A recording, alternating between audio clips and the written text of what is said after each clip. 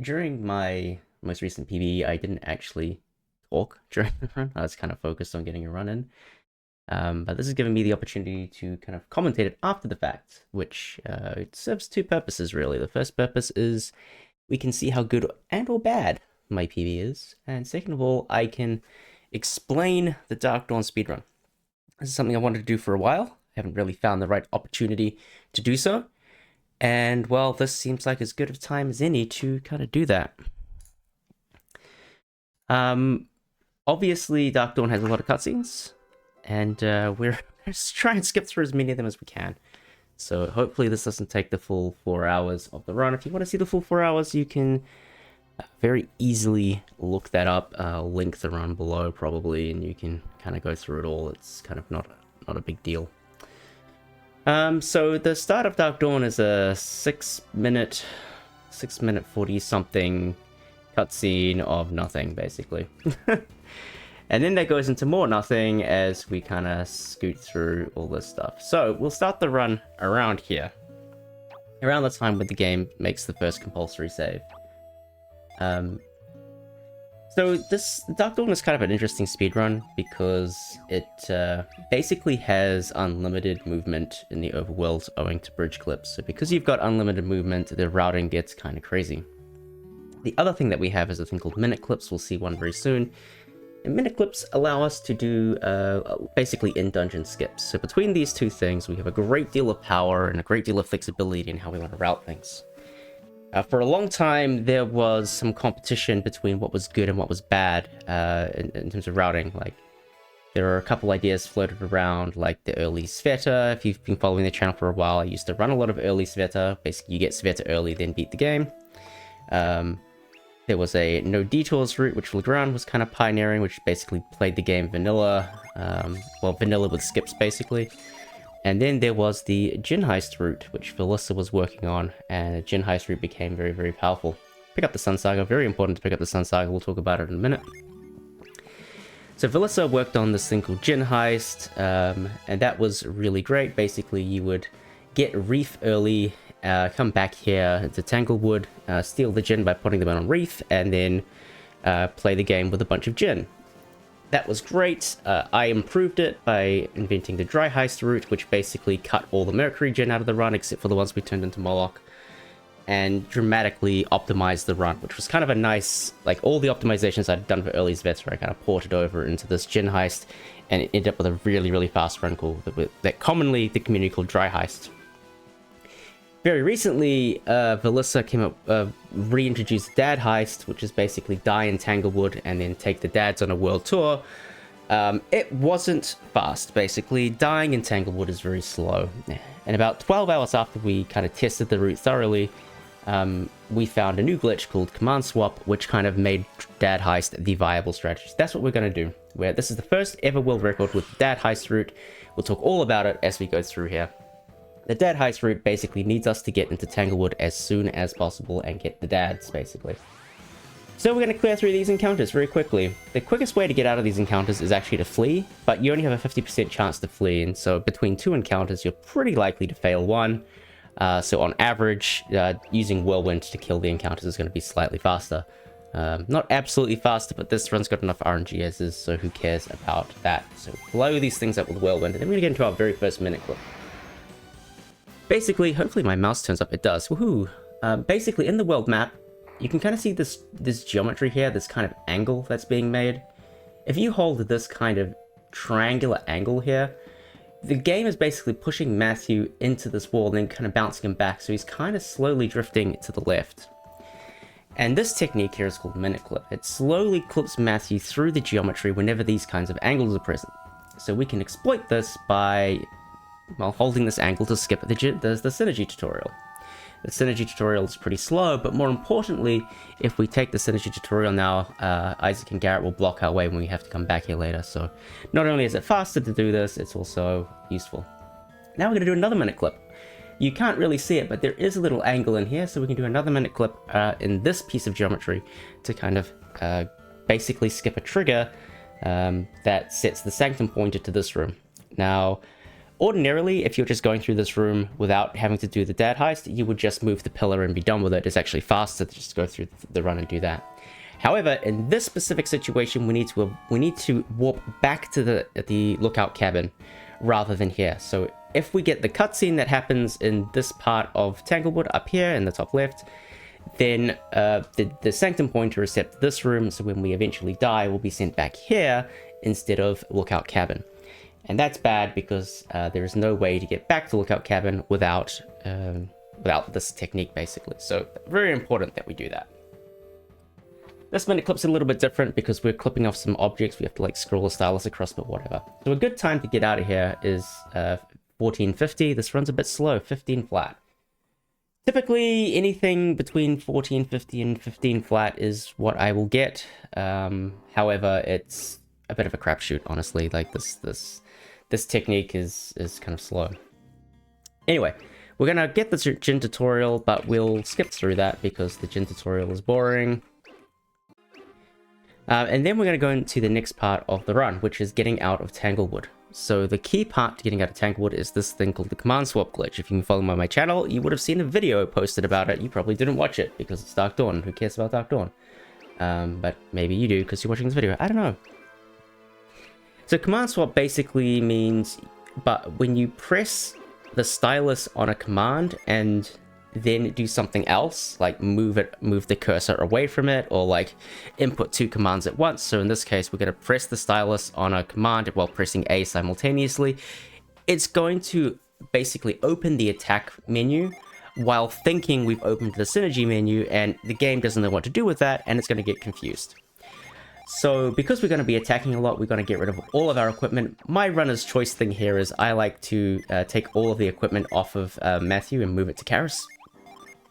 I like this because it cleans up your inventory, and inventory cleanliness is something I value quite highly. It's probably not, strictly speaking, the fastest thing to do, but whatever. So then we run around here, we get an encounter, we're going to use command swap to kill ourselves, basically. What will typically happen is when somebody dies, Isaac here will use quartz and attempt to revive them.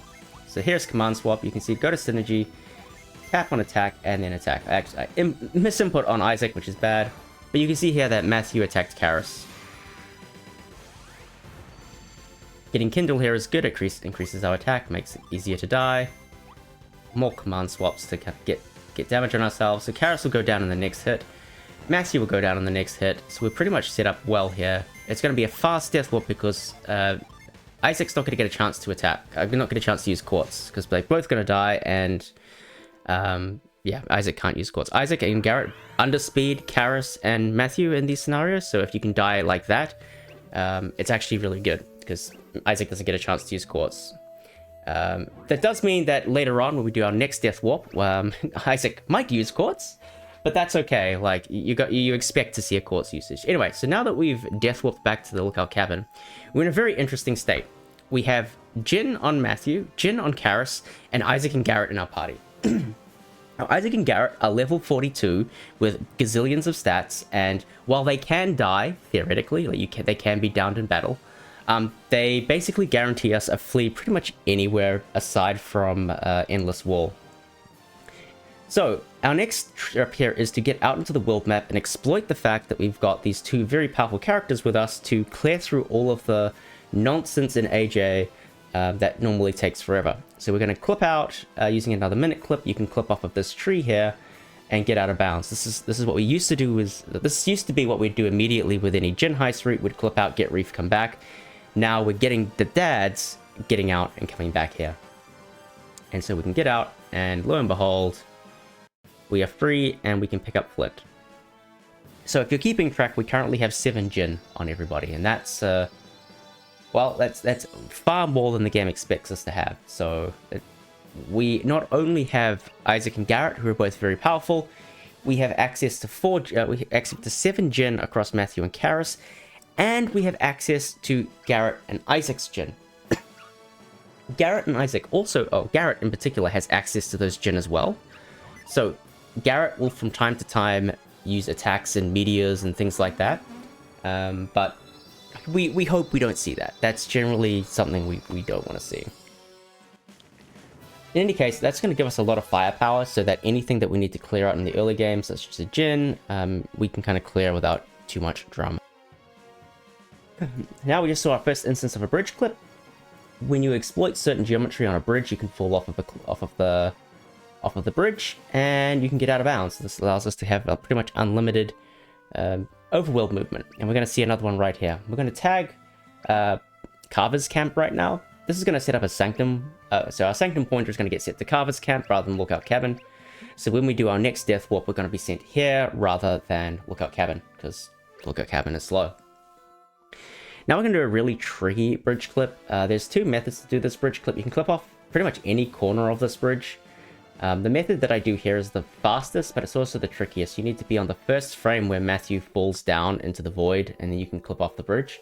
There is a setup that is 100% reliable that's slower, but includes a bunch of encounter steps that, you know, it's runner's choice. You do whatever you feel most comfortable with. But then we get into Compa Ruins, and there's really nothing to talk about in Compa. It's quite a boring dungeon. The only way you lose time here is through moving poorly, which I do a lot because I'm bad at movement, and getting encounters. So every encounter we get basically just is a straight time loss. There's no redeeming factor from getting an encounter here because we're guaranteed to flee because of Isaac and Garrett being in our party. So you basically are expecting to see about 2 encounters in the average Compa. Two or three, somewhere between there. You really feel quite cheated if you get 3 though, but the most common places to get an encounter are actually the room we just went through, on the way into the next room. So basically 2 encounters in this part of the game is pretty common. And then when we do a cross from the room after the whirlwind puzzles. So this is another point where we're pretty likely to get an encounter. If I recall correctly, we don't get an encounter here, which is nice, so yeah. But otherwise, Compa, it's a pretty boring dungeon. I wish there was more to say about Compa, honestly.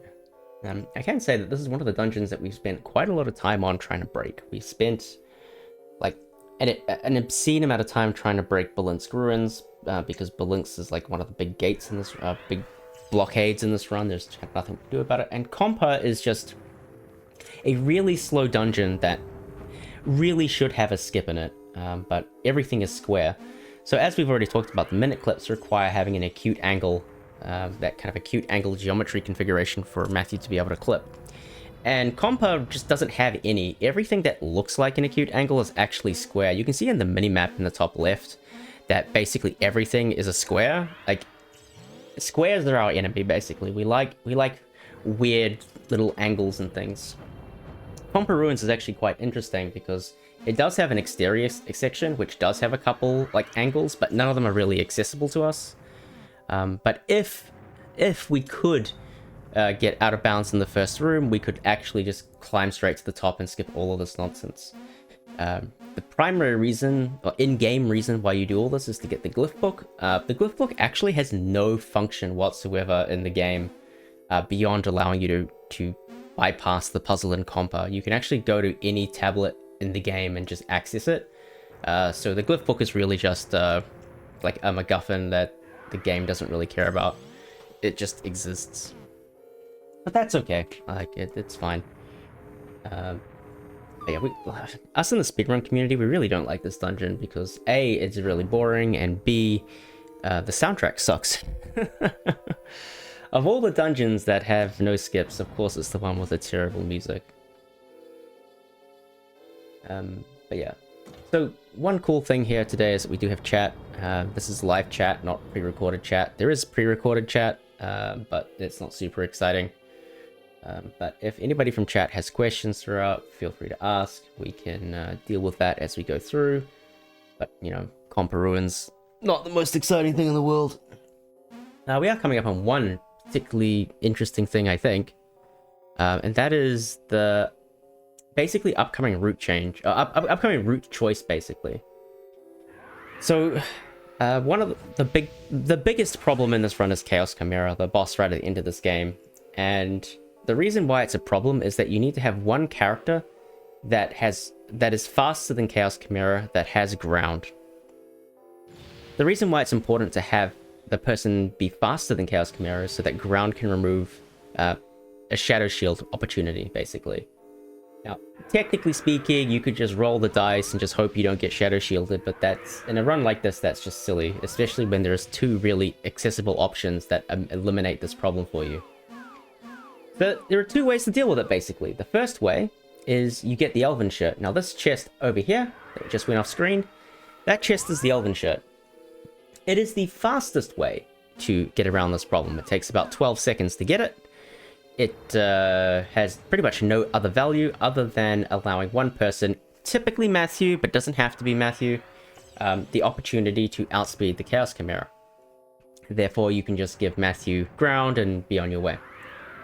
The other option is you pick up an extra djinn and you turn that djinn into a moloch. We haven't talked about moloch yet, but just believe me, moloch is a solution to this problem. And well, why would you go for this teardrop route when it's slower? It's 16 seconds compared to Elven Shirt's 12. Well, the reason being is that Reef is the only character in the party that does not outspeed the Chaos Chimera with the Elven Shirt. Why is Reef in particular interesting? Well, Reef is the only Mercury adept we get in the run. We'll see that in a bit once we get to Ayuthay.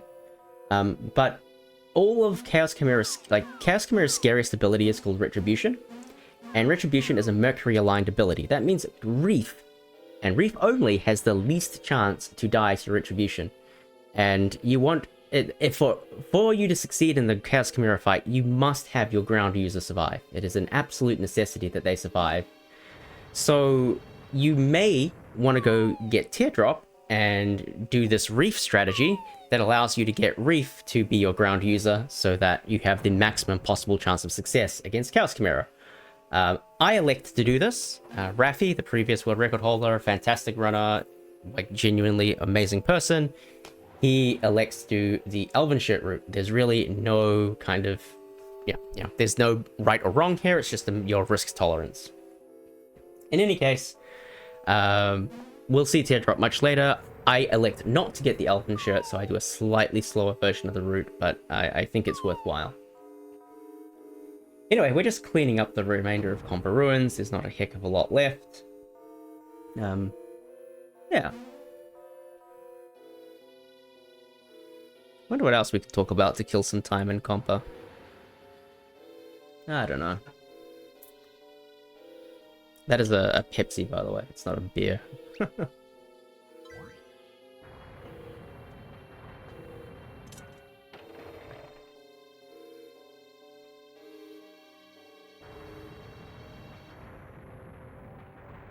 So far this Compa split has gone particularly well. Like we've kind of seen no encounters yet. I should have talked about it when we went to push down this pillar. When you run across the room, that's the third opportunity to get an encounter usually. I mean, every room can give you an encounter, but it's the third likely place to see an encounter. Having not seen an encounter in the three most likely places, you're feeling pretty good about the run now, about your Compa Ruins now. Like, you're probably not going to see an encounter for the rest of the dungeon. So that's a good thing. And so here we go, getting the glyph book. Again, the glyph book is literally only needed to read this tablet above us. It's kind of interesting, actually, because Zagan, the level 2 summon that's Venus and Mars, you get that in Carver's camp, like woodpile or whatever it is, like lumberyard or something. I forget the exact name of it. And the Zagan tablet exists there, and apparently you can read that tablet and get the summon without having to have the glyph book. So a little bit of internal inconsistency there, but obviously for gameplay reasons. If you couldn't get Zagan, that would be pretty bad. Like having to go from here, retreat back through the things, go to the lumberyard, get Zagan, like that's pretty terrible. So don't want to do that. So yeah, just more underlining of the fact that this book is completely useless. This book is like literally the entire plot of Dark Dawn, by the way. Like this is the whole reason that Blados and Chalice never kill us. They have to corral us around to like activate things for them because they can't read glyphs, but we can. Like apparently that's the plot. So it's a very important plot book, but not very important to the speedrun. Again, we are only doing this because we don't have a skip from the exterior to the top of Compa where grip is, so we have to solve all this stuff. Fortunately, once we get grip, we're done. We don't need to do anything else after we do that. We don't have to go down and fight the tour warriors or anything like that. We can just be on our way. Although it would be fun to fight the tour warriors with Isaac and Garrett. It would be quite entertaining.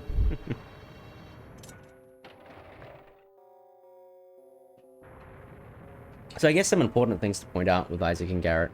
So Isaac and Garrett are level 42, as we've discussed. I'll probably talk about this later when it's a little bit more relevant. But them being level 42 does not matter for overworld encounter rate. So this game has basically encounter penalty if you're under-leveled and encounter suppression if you're over-leveled. And if you're sufficiently over-leveled, like if you're above the average level in the area by 1, a void will work, otherwise it won't. Isaac and Garrett aren't a part of that calculation. If they were a part of that calculation, we could just get a Sacred Feather and just, like, ruffle stomp the rest of the game, and it'd be pretty hilarious. But, so, basically, the game is only seeing that we have Matthew and Karis. They're both level 1, so we're basically getting maximum encounter rates across the board. So that's kind of unfun, but there's nothing you can really do about it. That gen up there is Jolt. We don't get Jolt. All of the early Jupiter gen are actually really, really slow to get. Like the first Jupiter gen that's like reasonable to get is Ether. This run can afford to be really picky with the gen it collects, just simply because the game just throws them at you. So we are really particular about the gen that we collect and the ones that we don't collect. That's always been a thing about Dark Dawn. Even when it was relatively glitchless, we would just really focus on the gen that were the fastest to collect. We would ignore anything that was abundant, that was too slow. And just, you know, this game just throws so many tools at you to beat the game that you can really, really afford to pick and choose what gen you actually want to have. Alright, on our way out, so now we're going to die again using command swap. This part of the game is interesting because the enemies here are quite strong. So if you get like zombies or skeletons, they have a pretty decent chance of attacking Matthew or Karis and killing them in one hit. The worst thing to have happen is caught by surprise into Matthew immediately dying, because Karis takes forever to kill herself. That doesn't happen, thankfully, but I've had that happen before. Spiders are probably the worst thing to see. Spiders can kill you, but they love using spiderweb. And enemies have roughly I want to say 70% chance to attack Isaac and Garrett, 30% chance to attack Karis and Matthew. I don't know, we did a bunch of testing with this, but yeah. Anyway, these guys are wasting time, which is super fun. Just one more. By the way, the command swap is frame perfect, so that's, you know, it is what it is. It's kind of difficult to get it consistently. Garrett can do things like that. Garrett can use flash. At this point, I'm worried that Garrett is going to use meteor, which would be a pain. He didn't use meteor. We died. Everything is good. So that's basically a perfect Compa ruins into a abysmal death warp. And that's just how this game goes. Like, you can play really well and get all the RNG you want, and then a single bad moment of RNG can take it all away. So Dark Dawn is kind of punishing like that. That's kind of the theme throughout the entire run, really. That, like, it feels like it's only possible to lose time. It's just like whatever the game decides to give you RNG-wise. So here we get Chill. Chill is going to be more useful than usual. Chill will get some airtime during Sandprints, but we're basically collecting Chill because it's just like, it's literally right there, one of the fastest gen in the game to collect. We're going to do that clip again. Again, that clip is pretty tricky. It's kind of like pixel perfect. There we go. But it's really valuable because it doesn't generate any encounter steps, and that's helpful. Because we're now going to go on a giant walk over to Culture. And through this run here, there's a bunch of a bunch of encounter zones that are like, you can't see them, but they're there, and we're just accruing a bunch of encounter steps. So it's quite likely to get an encounter on the way here if you do the consistent method. In particular, all this range here, there's encounters basically all through here. Anytime you see my shadow disappear, I'm not actually accruing any encounter steps, which is kind of nice. So not accruing any encounter steps here, but when I pop up in the mountain, I will accrue encounter steps. So managing the encounter step as you're running over that passage is really important. Basically, you need to just know where the zones are and be careful. You can hit this grip, which is fun. It saves going, taking a rather long walk around Calcho. It's kind of convenient. And that way we can pick up our next gen, which is steel. Yeah, we're just kind of racking up the gen at the moment. You might have seen in the previous fight where we died that we actually have 4 Venus and 4 Mars on standby right now, even though we don't have that many gen, or didn't have that many gen on standby in our actual party. That's Isaac and Garrett's gen carrying over. So the fact that Garrett's used Kindle and Flash gives us 2 extra Mars gen. Here's another bridge clip. Unfortunate to get an encounter here, but that's life. We prefer to get the encounter here than later, by the way. Slide off the bridge here, and then we can walk up here. So now we've got a Lonely Isle. Lonely Isle is an in-game dungeon. Lonely Isle gives us a piece of the Umbra Gear, which is obviously required to beat the game. Pick up Asura's armor, one of the best pieces of armor in the game. It gives you tons of stats. Very useful to pick that up. We're totally not going to sell it immediately. No siree. We're definitely getting because it's a thing. Anyway, this typically requires the player to have slap. But we can leverage a bit of minute clipping to skip the entire puzzle, basically. Which is convenient, because this is quite a slow puzzle if you're solving it conventionally. So what I'm going to do here is I'm going to move the camera down to the bottom of the screen. So I'm going to jump over this puddle, force the camera to the bottom of the screen, then move over here, then press over here to get a minute clip going. So minute clips work, again, by basically... If I'm holding here, you'll be moving really slowly. If I'm moving up here, it'll be slow. Up here, it'll be fast. If I'm right on the edge, like I am now, it'll be very fast. So doing that camera manip just allows me to hold a particular location and keep the very fast regen active, basically. If I didn't do the camera manip, I would need to move the stylus to kind of move the stylus as Matthew is moving up, and it's very, very, very hard to stay in that like very thin line where you're going at max velocity. So camera manip basically allows us to do this relatively freely. It saves about 10 seconds on average to do this. I believe I didn't hold the right line for the start of that clip, so I lost a little bit of time plus the encounter. But yeah, all in all, like, not terrible. Like, you take this.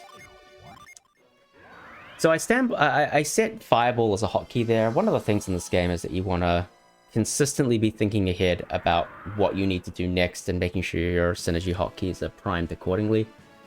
We won't need Grip for a while, but we will need Fireball, so we can conveniently hotkey that as we go to retreat.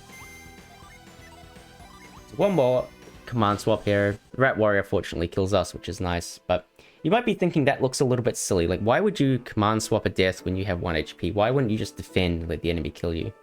Well, the reason being is that Garrett can actually do stuff. So he might summon Meteor, he might attack. Like, any of that stuff is slow. Any of that stuff is really bad. So because Matthew's always going to outspeed them, you always want to do command swap to die, even when it looks very silly like that. You basically don't have a choice. Alright, time to break into the Oroboros. And of course, we're not going to go the conventional way. We're actually going to go to the back entrance. You may have seen this gate in your casual playthrough and be like, damn, I wish I could have got through that gate. Why is it shut? Well, we can get through it in the speedrun. There's a really weird minute clip over here. It's not even it's like, it has the weirdest properties of all of them. It doesn't really make any sense. It doesn't behave like the other minute clips. But anyway, you can clip up into the gate, then press in the bottom left to swivel Matthew around, and as he swivels beyond the gate and allows us to break into Oroboros early. This is really convenient. It allows us to do all of Oroboros in one trip, which is really helpful. It means we can basically do Calcho in one stop. We don't need Amity, don't need Insight, all that stuff. We can just skip it all. So the way this dungeon works is in the staircase room, which we kind of pass through. You can get encounters. In this next room, the horseshoe room, you can also get encounters. Basically, you don't want to get encounters. This horseshoe room is notorious for giving you a gazillion encounters. So yeah, it kind of sucks. The average number of encounters in Oroboros is 2. It's very possible to get 1. It's very possible to get 3 if you're unlucky. The annoying thing about the Oroboros encounters is that they're level 16, if I recall correctly. And if you do the math, if you average 1, 1, and 42 and 42, the average comes out to something like 22 or something. 22, 23, I don't remember.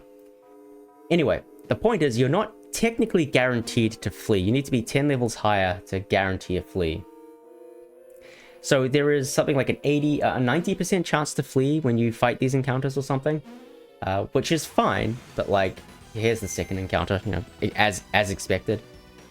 But there is a microscopic chance that you don't flee, and if you don't flee, it is possible for Matthew to die, although again, enemy AI loves to target Isaac and Garrett, so even if you fail, there is a decent chance that you survive. You know, that's a lot of things to say about a very quick kind of dungeon, but it's one of the most, you know, annoying parts of the whole run. Like, you have to deal with encounter RNG, you have to deal with the fact that you may not be able to flee, and yeah, runs die here. In fact, the 2 runs prior to this run, I got caught by surprise by a salamander. It used fire orb and killed Matthew, and that was it. Run over. Lose a minute. Don't want to continue. GG. So yeah, this place can be mean at times. It is also technically possible to get an encounter on the way to the Soul Mask, which is just up these stairs, which is very annoying, but you know, not at least at this route it's not as bad. With the previous route it used to be really bad. So though, because we broke into here kind of illegally, we have no way out of here. Right now there's no way for us to leave Oroboros without soft locking, because if we go back, we'd have to go back to the door that opens to the tree flute, and we kind of get embedded into the door and we're stuck there. We're actually stuck surrounded by water. There's nothing we can do. So the only way out is the Death Warp. Conveniently, we're 1 HP, so we can just get out, and it's not a big deal. You'll notice there's a lot of Death Warping going on. So now we're going to up her here, and we're going to sell Asura's Armor, one of the best pieces of armor in the game, because we don't need it. Why did we sell Asura's Armor? Well, every time you die, you lose half of your money. So you could have seen there we had 19 coins. If we didn't sell Asura's Armor, we wouldn't be able to afford to revive the people that we need to revive throughout the rest of the run. We have to revive Karis after this Death Warp, and then we have to revive people later on in Ayuthay. This is a cutscene. Let's skip through the cutscene. Anyway, we come through here, we land in the meat grinder, which is kind of funny. The game doesn't expect you to have solved Oroboros by now, obviously. And then just to get out, we have to Death Warp again. Here we can actually get out without soft locking, but it's slower. Death Warping is just faster. Typically, there's no encounters here, but because we can get into this room, because the elevator is active, we can actually trigger an encounter and be on our way. Here, I accidentally misinput and attack instead of thing. Fortunately, the salamander survives. If Garrett used media there, it would have been really sad. But yeah, that's why you definitely always want to use command swap to die. So a little bit unfortunate there. We lost another 10 seconds or so by being bad, but that's okay. So the next thing coming up is Ether. Ether has a tendency to not show up. Ether is a djinn found in the Overworld just west of Calcho. We're going to use these herbs to get them out of our inventory, and then we're going to make molochs. So, I need to explain moloch and Ether at the same time. Good fun. So Ether exists on the world map. Ether is kind of like Vine from Golden Sun 1. Like, it just doesn't like to show up. So there's a pretty high likelihood of not seeing Ether for some reason. But fortunately, we get Ether first try, and we can just blow it up. You'll notice that Matthew and Karis have a ton of stats now.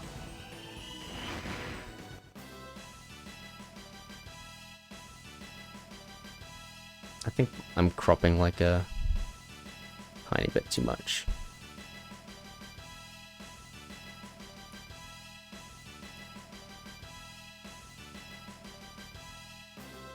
Yeah, I was cropping a little bit off the top, that's fine. So yeah, Matthew and Karis... So 2 things happened there. Matthew and Karis both had over 100 HP, and they outsped Ether despite being level 1. What makes that possible is a djinn called Moloch. Moloch is a glitch djinn, so I did that trade sequence with Steel. what's happening is I'm using the stylus to take steel, swap it to another character where there's an empty spot, and then as soon as I confirm the trade, I jam the stylus down again, which reselects the empty spot where the Jin was. So where steel was is now an empty spot. Empty spots in a Jin menu are coded as FF, so like kind of like a block. But I've pulled the FF as if it was a Jin. And so Moloch is the glitch Jin associated to the ID FF. I just used the glyph book there to use Whirlwind. We can talk about that as well. But so Moloch comes as this glitch Jin, and as a glitch Jin, it gives us a ton of stats. You can't summon it. You will have seen videos on Moloch before on my channel, so I won't explain too much more of it. But it's, yeah. It basically allows our level 1 characters to be at a strong enough to do stuff that, you know, blowing up ether, etc, etc. Glyph book you used on a flower to emulate Whirlwind. The glyph book, as well as a bunch of other items, including the antidotes, due to a weird programming quirk, can be used to use Whirlwind. No other synergy is available from items. We've checked it. We've checked it both practically and theoretically. There is nothing. It's just Whirlwind, and it's just like a fluke coincidence that it's possible. It's only used like twice in the run. Like that flower is one of them. The other time is in Balinsk Ruins. It's just a cute little trick. Barely saves any time at all, but it does save time. Okay, next thing here. When I did go to the flower, I standbyed all my Jin. I'm not leveraging the advantages of Moloch, mostly because if Moloch is set on Matthew, he loses access to Fireball, and I need Fireball for the next puzzle. I should have used Tiamat there with Karis, but I didn't. In any case, once the Mars Jin recover on Matthew, I will have access to Tiamat. I'll have access to Fireball, which will allow me to solve the puzzle without having to dive into my menu. Just a little optimization there. So yeah. Bark here, very, very valuable Jin. One of the most important Jin to the run. Basically is a granite effect, 50% damage reduction, yada yada yada. Dies to a Judgment and a Tiamat. There's a couple other ways to kill it, but Judge Tier is pretty fast.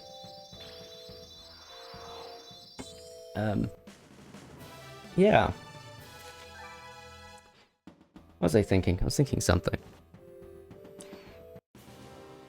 Oh well. Anyway, this split's most, like, aside from all the complexity that I've just talked about, most of the split is just don't get encounters. So we got one encounter in the overworld, and we get one encounter here. We skip this encounter on the exterior, which is nice. And so skipping those encounters just makes for us a very, very fast split. So we save a little bit of time and make it to passage. We golded it. We could have golded it by more if we didn't screw up on Bark, but passage is a very boring split. It's basically 14 minutes of cutscenes, but there is a little bit of technicality. Hey, thanks, Conical. There's a little bit of technicality here that we have to talk about, so we'll talk through it. So you enter, you do this Reef thing, and Reef is given to us as a character. So that's the first important thing. So now we have Reef as a character, which now we have 3 people in the party. That's difficult. We'll talk about that. Now we're going to clip into this house. See this sign here? This sign is usually here when you enter passage normally.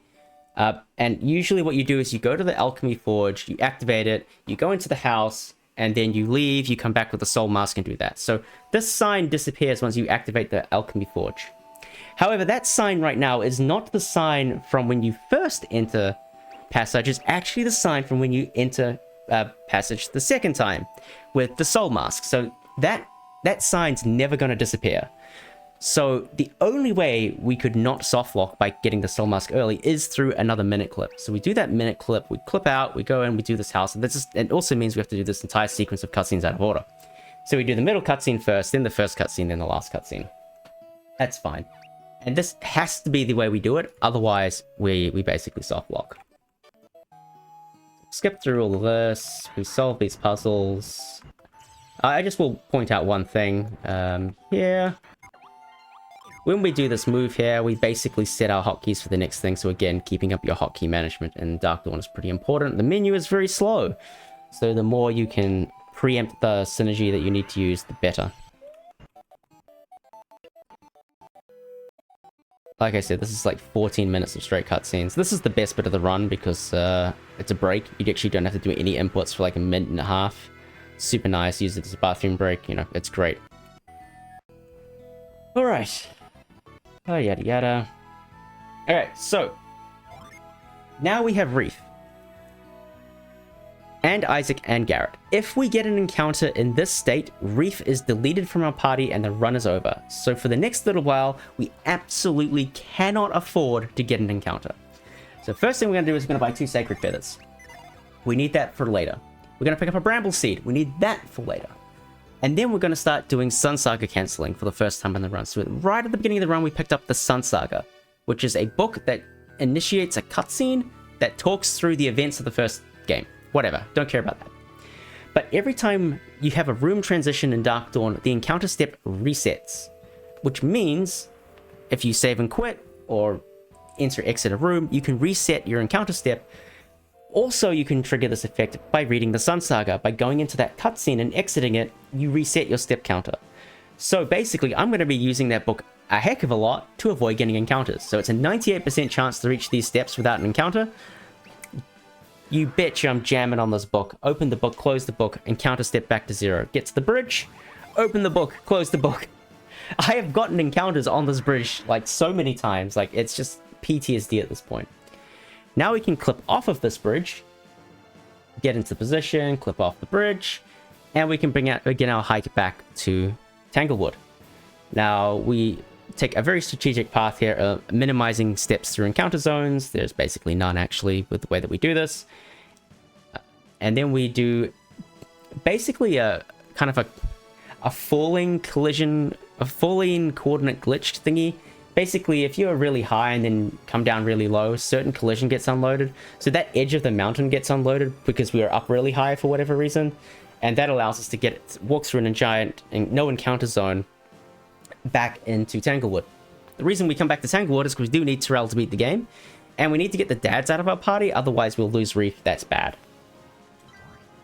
Anyway, now we have to do that sequence again that we did at the start of the game. So we have to go back into here. We have to do the minute clip again. We could take the synergy tutorial, but if we had taken it earlier, Isaac and Garrett would be standing there blocking our way. So we had to do it the first time, and now it's still faster to do this the second time, so we're going to clip this time. But when we get outside, we will actually just move the pillar out of the way. So the reason we picked up those Sacred Feathers is so that we can put on the Sacred Feather, which emulates a void as we go through Tanglewood. So while Isaac and Garrett aren't contributing to the party level, Matthew, Reef, and Karis are. Matthew and Karis are both level 6. Reef is level 10. Average that out, we're about level 8. Level 7 or 8. So that means we're above the level threshold for Tanglewood, which is like 2, I think. 2 or 3, it's not much. And we can basically get through Tanglewood without any encounters whatsoever. And yeah, we keep Reef in our party. Very, very important. One fun side effect of doing everything in this sequence is that Isaac and Garrett don't load for this cutscene, which actually speeds up this cutscene dramatically because they don't play any animations, which is very, very cool. We'll see a couple more instances where we manipulate a cutscene to minimize animations. There's a couple other instances of that as well in the run. So, Tanglewood. Alright, we're going to jam on these Sacred Feathers. There's not much to talk about in terms of the dungeon, because we just have to go through it. But we will have to do the Djinn heist at this point. So let's explain how that works. So, at the start of the game, we were given 6 Djinn. We were given Ground, Granite, Sap, 3 incredibly powerful Venus Djinn, Spark, Shine, and I don't even remember the last one. Corona or something? I don't know. It was... The Master Djinn don't really matter. And so these 6 Djinn are enormously powerful. They give you a really good introduction to the Djinn system early on. And it would be really, really helpful if we could keep them, because getting 6 Djinn is, like, extremely good. Like, extremely good. 6 Djinn is a lot of power, basically. So, what the game does when you leave Tanglewood is it checks Karis and Matthew for any of these 6 Djinn, and if it sees one of the 6 Djinn, it pulls them out of the party. Very annoying. But notice how I said it checks Karis and Matthew. It doesn't check Reef. Currently, we have 12 Jin. That allows us to put 4 Jin on Reef and keep them for the rest of the run.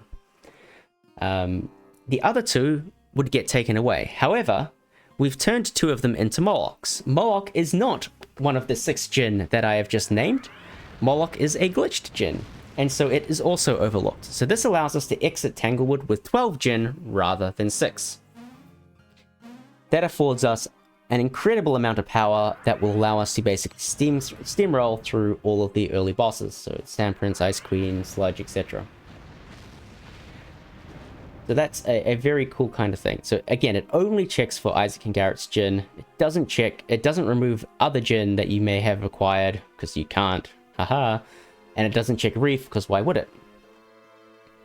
So that's literally the whole reason we do this heist thing. That's the whole reason we go out into the overworld. The whole reason we get Reef in some capacity. It's so we can get this enormous power boost. I wanted to say something else about this. Oh yeah, so one of the big differences between Dad Heist and Jin Heist, so Jin Heist being the previous route, or Dry Heist, take your pick. Dry Heist only allowed us to take 11 Jin. Basically, it didn't allow us to take 1 of the tutorial Jin out. We'd only come out with 5 instead of 6 of the 6 Jin from the sequence. The reason being is that one Reef's Jin Sleet would get deleted through the process. Whereas in this world, it doesn't get deleted because we do things in a different order. So the extra Jin is relevant. It allows us to skip collecting a Jin later on. It saves about 40 seconds from that alone, plus being a little bit faster in terms of movement and overworlds and whatnot. So here's the menu where you kind of fix your Jin. You kind of get everything off of Matthew and Karis, put the sensitive stuff on Reef, and you're free. Use that second Sacred Feather, and we are all good. I forgot to set Moloch. I want to stand by all set Moloch because there's a decent chance we get an encounter going into Ayuthay, and the encounters are really tough. They're really high level and really strong. So having a Moloch and Judgment set means we can just blow them up with Judgment when we get there. We don't need to see this cutscene. We do need to see how we get through this room though. So again, minute clips are looking for acute angles, either by terrain or like some objects. This flower, or a couple other flowers as well, they produce these acute angles, so you can kind of do this like minute clip where you kind of swing Matthew around. That allows you to get out of bounds and allows you to skip fighting the Tangle Bloom, allows us to keep Reef in the party, allows us to do all the things. Like, very, very, very convenient that we can do that clip there. Like, more convenient than you would realize just naively. And cool, we're done. That is Tanglewood. Cue 3-minute cutscene of us getting left behind, of us leaving the dads behind, and now we have a legitimate party. Matthew, Karis, Reef, and Terrell. We have 12 Jin ready to go into Ayuthay. So to go to Ayuthay, we're going to do pretty much the same sequence we did at the start of the game. We're going to clip off the bridge and we're going to walk our way over to Ayuthay, minimizing encounters where we possibly can. The main tricky thing is getting onto the bridge we hit before, the one we used to initiate the previous sequence. Oop, almost clipped out of bounds there. Clipped back in bounds, I should say there. Almost. You have a pretty high likelihood of getting an encounter near that bridge, so we try and get the Sacred Feather to last as long as possible, so that we have as few steps as possible going into this next sequence, just to minimize the chance of getting that encounter. Running across here, yada yada yada.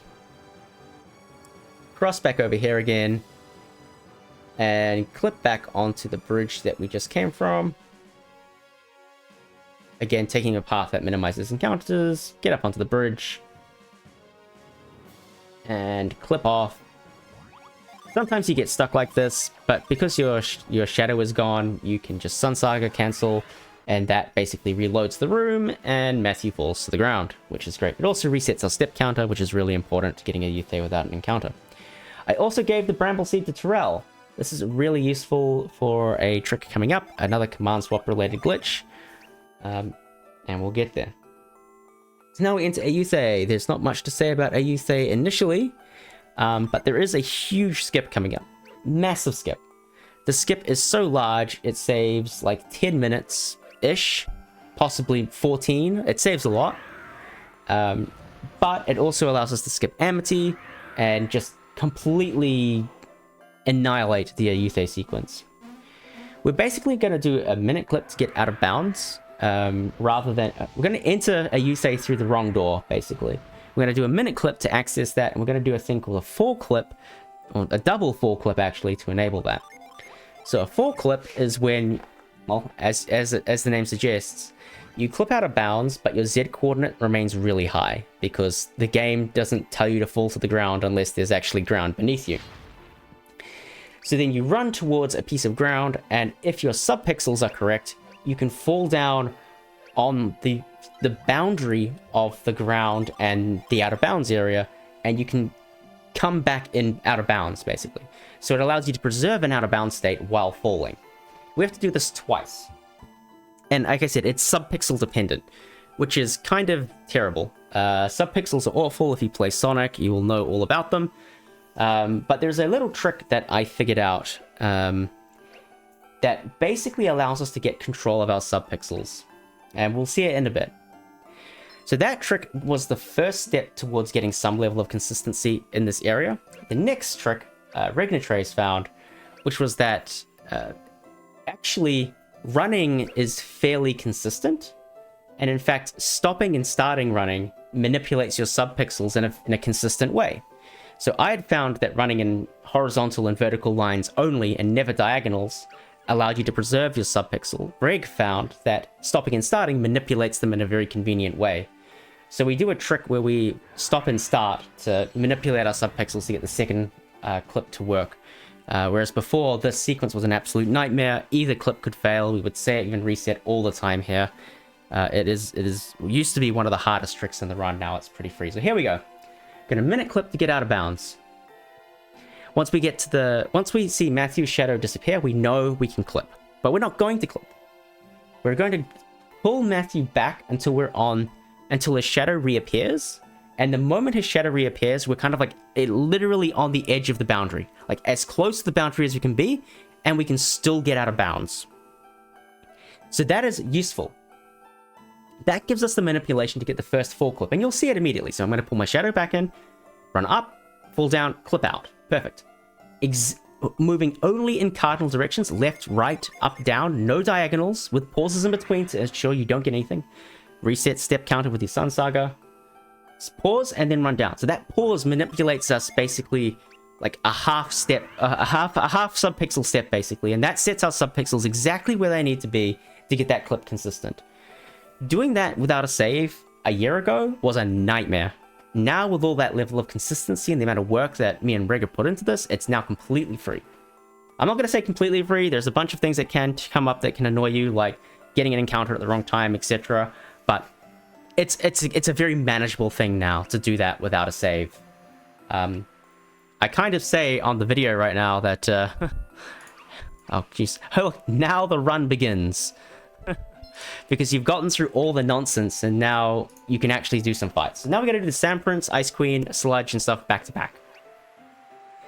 So the Sand Prince fight. Well, we used to... Basically, after the Sand Prince, we need to do a death flip for reasons I'll explain in a moment. So we used to have to drag out the fight and let the Sand Prince kill us. Now we don't need to do that. Now we just need to kill the Sand Prince as efficiently as possible. And so what we have to do then is we have to keep a few things in mind. We have to minimize gen recoveries, and we have to deal lethal damage and kill as efficiently as possible. So we do that. We set up our gen in such a way that allows us to kill Sand Prince with minimal actions, minimal gen recoveries, and minimal power-up animations, although I do get one. Reg has a different method here, which is fine. Apparently my menu here is pretty slow. And then we do the old flute to fight the Sand Prince. So you open this fight with Judgment, and you do nothing else. Literally, the only damage we need in this fight is Judgment, Judgment, and Nereid. So that's the extra thing that Chill gets to do in this version of the route that he didn't get to do before. So Judge, Nereid, and the fight's basically over. Oh, and a sap, I should say. But as you can see, we're really minimizing the amount of stuff we have to do. Each one of these fights is incredibly scripted. Despite this being like RNG and like not us being in control of the fight, we have so much firepower that we can control these fights at a very high level. So Sand Prince is always like a 3-turn fight, for instance. And it always happens in broadly the same way up to the RNG of Sand Prince. One action, which he's just used. So here we'll set up Judgment and Nereid. So Judge, Bark, Nereid, Granite. So we use Bark and Granite. They're priority gen. They go first. If we didn't use Bark and Granite, then Karis would go after Sand Prince, which means Judgment would come after Sand Prince's action. So by using Bark and Granite, even though they've got long animations, we actually prevent the Sand Prince from taking an extra action, which is convenient. Now, because we haven't taken any experience in this run, we actually have to endure quite a lot of level ups. That's just the way this category works. Like, we basically take no encounters at all, except for like Jin and bosses. So every boss fight, there's a gazillion level ups, basically.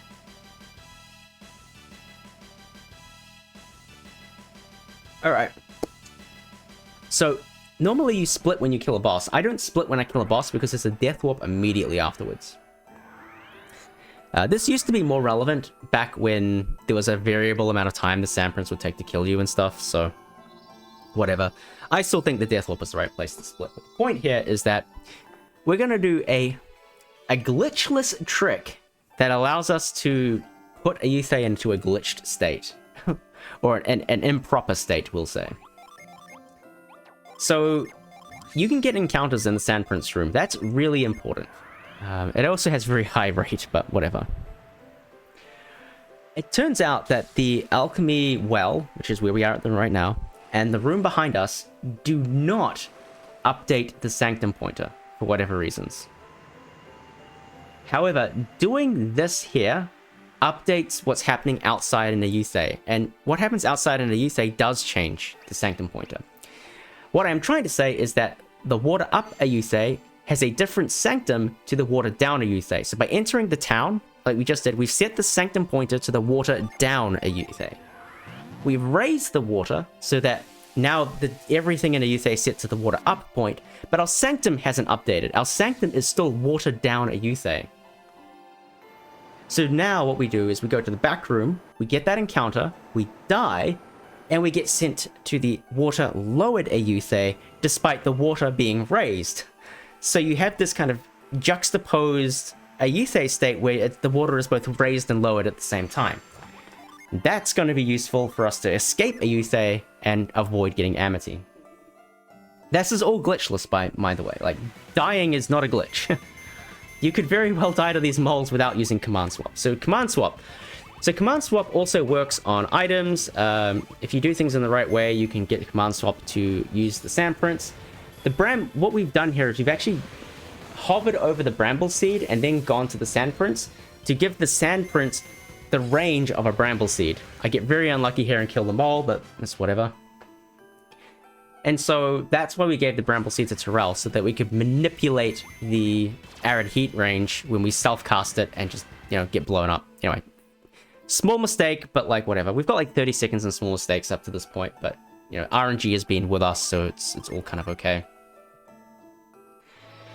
Now we have to revive everybody. If we didn't sell Asura's armor earlier on, we wouldn't be able to afford to revive everyone because we have too many levels. So Asura's armor is just, the bank that allows us to plow through this run.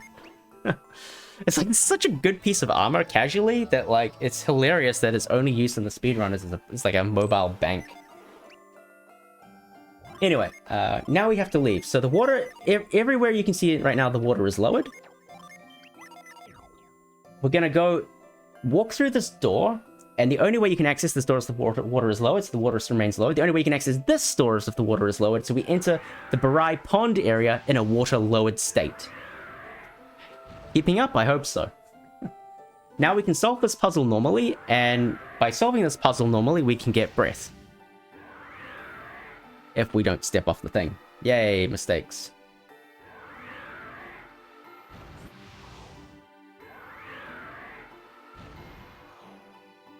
Alright, just whirlwinding around. Okay, then we can get breath. Importantly, it takes a screen transition to get to breath. So we've screen transitioned back to the exterior Ayuthay area, and then we're going to return to Barai Pond. The internal flag system says the Barai Pond water level should be raised. And so when we come back here, the water level is raised. And this is really important, because this allows us to get out of Ayuthay. This allows us to get out of Ayuthay without having to see the Amity sequence, fight the generals, etc, etc, etc.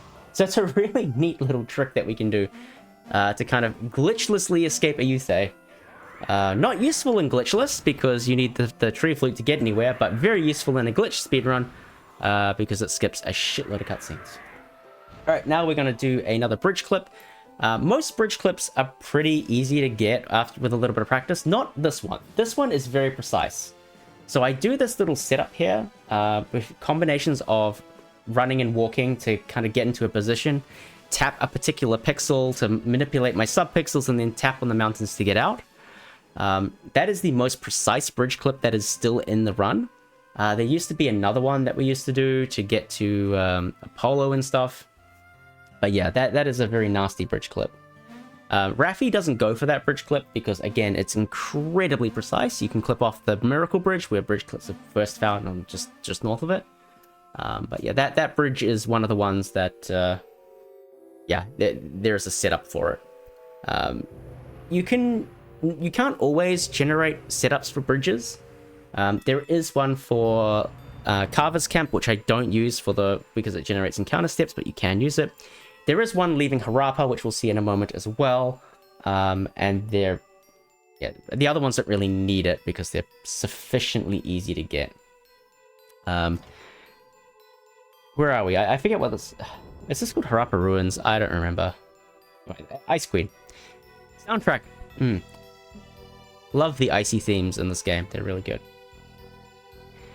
You can get an encounter here. I have never had an encounter here, but yeah. The fact that encounter steps reset between rooms is just like super helpful. Just really eliminates a bunch of encounters you can get in this game.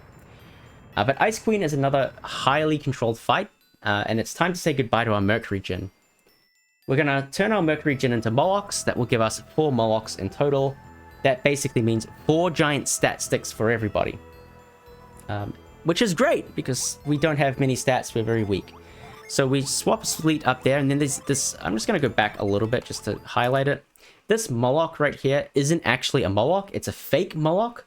This is a real Moloch, but when you have 4 Djinn in a column, when you have like an extra Djinn in a column and then like Molochs and other people, the game will actually interpret the fake, the empty space as a Moloch, even though it's not there. By swapping the Djinn with this Moloch, you actually delete Sleet, so Sleet's going to go away. Sleet's gone, but we got a Moloch instead. So that's how that works. Same thing with Chill. Goodbye, Chill. You have served your purpose. You have been deleted. And now we set up for Ice Queen. Ice Queen is another highly controlled fight. I need to learn these menus better, obviously. These menus are awful, but whatever. Ice Queen has 3 things it can do to make the fight worse. First thing, it can use Plywell. If it uses Plywell, that's annoying. We have to deal more damage to kill it. It costs 2 extra actions. Ice Queen can use Break. That eliminates our power boost on Judgment. We have to deal more damage. It takes 2 extra actions. The last thing it can do is Icy Kiss, which has a very, very small chance to instantly kill somebody. Then you cry. I've only seen that happen to Legrand. So yeah, it's pretty unlikely to see Icy Kiss proc. But it can happen. It's far more likely to see Plywell or Break. We got Attack, that's completely fine. Because we have Ground, Ground is a great friend here. Ground basically means that's the only action Ice Queen's going to take in this run, and she'll die on the next turn. Again, we're manipulating for as few Djinn recoveries as possible, so we actually hold the Procny until this turn. So Judgment Procny, 2 Venus Djinn, so Bark and Granite, I believe. And that allows us to, again, get the 2 priority Djinn off, use Judgment, use Procny, and we're all good. So Judgment, not going to get a power-up animation here because we still have our power boost. Then Procny's going to go, which would have generated a power boost, but we're under speeding, and we kill, so it's all fine. So yeah, again, these fights are really, really tightly constructed to just minimize all of the nonsense. It's been a real effort from Rig and myself. For this route specifically, Raffi has done some stuff for the Elven Shirt route to just minimize all of the nonsense and just really cut to the heart of what you actually need to do to win the fight within the smallest amount of time possible. It's really, really quite impressive. So a little bit of stuff here. You actually need to cast Cold Snap here to get out. So this is just an annoying cutscene. It would be nice just to retreat out, but we have to cast Cold Snap. So we come across here, give the Ice Queen to Reef. We put the Bramble Seed onto Karis because she needs it. We actually had a Bramble Seed in the route before Command Swap was found. We actually needed it for the Sludge fight coming up. So we have to give the Bramble Seed back to Karis. We'll see that in a minute because Sludge is coming up right after this. You can just retreat immediately out of here rather than just walking back. And on the way to retreat, we hotkey Grip again. Thinking ahead, the next synergy I need to use is going to be Grip. So we're just going to preempt that, basically. We are going to skip past Ninpa's cutscene. And then we're going to get the one of the best themes in the game, the Port Rego theme or the Harappa Night theme. What a banger.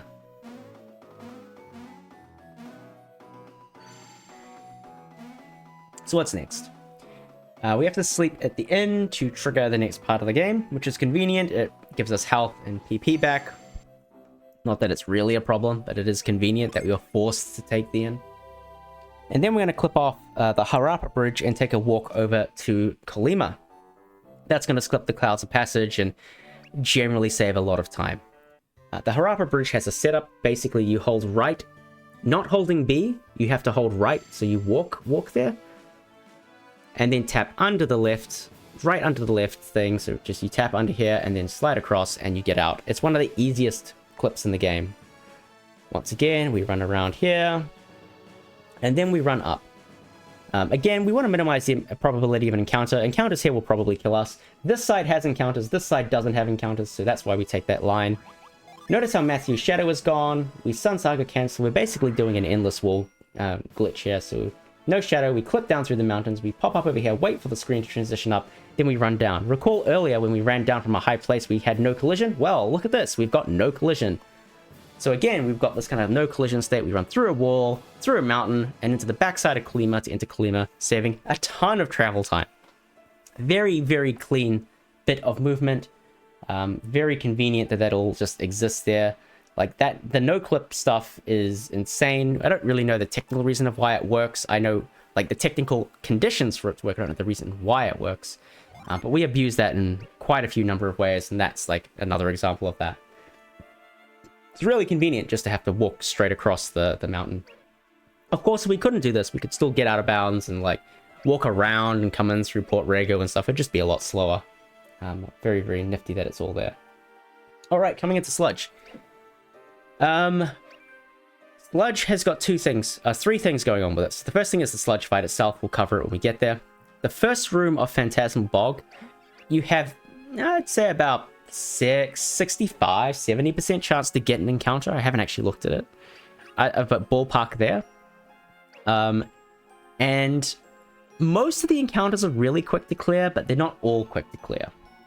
The Chimera is the slowest enemy to clear. Everything else typically dies. So the fastest way to clear encounters is to use Judgment. But some enemies are really strong. Again, like the Chimera. So we actually have Cold Snap or Frostbite on Reef and Arid Heat on... or Arid Scorch, I should say, on Terrell. Those two massive tier 3 synergy abilities are incredibly powerful. Very much more powerful than anything else we have at our disposal at this point in the game. We can use that plus Judgment to clear pretty much anything at this part of the game. So here's me setting up Judgment. So just in case we get that encounter, we are good to go. Getting the encounter sucks.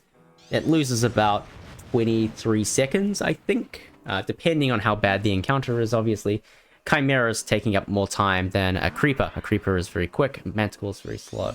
Chimera very slow. So then the second thing, or the third thing I should say, is Phantasmal Bog has one of the harder minute clips in the game. With how everything's worked out, I think this is probably the second hardest trick in the game now. I think Warrior's Hill's slightly easier than this one now, but they're comparably difficult. The reason that makes this one very difficult is you don't have any visual feedback that you're actually clipping. Like, the screen's not moving, but you can see Matthew is slowly clipping. Like, you can slowly see his shadow kind of shifting off screen, and eventually it'll be obvious that he's clipped into the wall, but we're basically looking at his shadow, trying to make sure that he's clipping. The problem is, because Matthew is moving and the screen isn't, we can't actually hold the super fast speed line here. we basically have to go in like the merely fast line, so the middle speed line rather than the top speed line, and clip out that way, which makes this kind of tricky.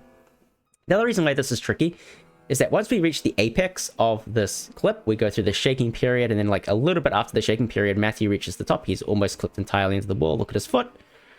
And the foot is basically gone. We're at the top. So now we can start coming down again, which is weird because like you clip all the way up, then you clip down. And you have to clip all the way down, and so you're kind of swiveling Matthew around this mushroom at this point. You swivel around the mushroom until we can get just beyond the wall, and then we can run out. So I've got a visual cue that works here. I try to get on this leaf here that gets me out. Clip, clip, clip, and then we're out. It can be very, very, very difficult to get that. If it's, you know, we're talking about a fraction of a second of press each time, and it's incredibly easy just to press too much and walk straight back in bounds. That makes that one of the harder tricks in the run. Definitely, like, that Warrior's Hill and Orb Skip are just three very, very, very difficult tricks.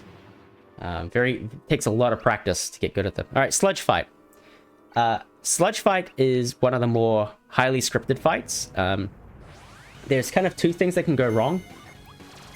This guy here, this shield, this skull on the left, can use Sludge Shield. That's bad, but not terrible. And Sludge can heal itself. If both of those things happen, that's bad. Neither of them happen, so that's good. The interesting thing about this fight, in terms of how it's routed, is that Karis uses Bramble Seed to make up some damage.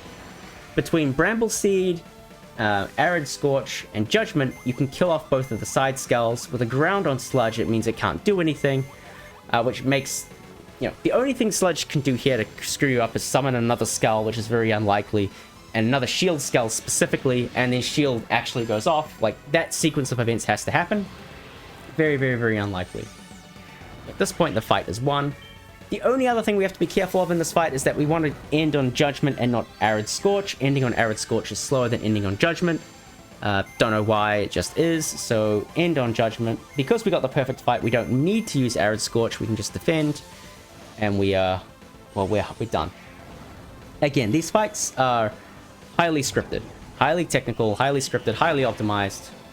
And, yeah. It's something about the summon being in a... the cancelling the summon animation places Sludge in a sped up death animation or something. It's really strange. Anyway, we beat Sludge. We get about 4 levels per person. It's legitimately 30 seconds of level ups now. Kind of insane, really. Yeah.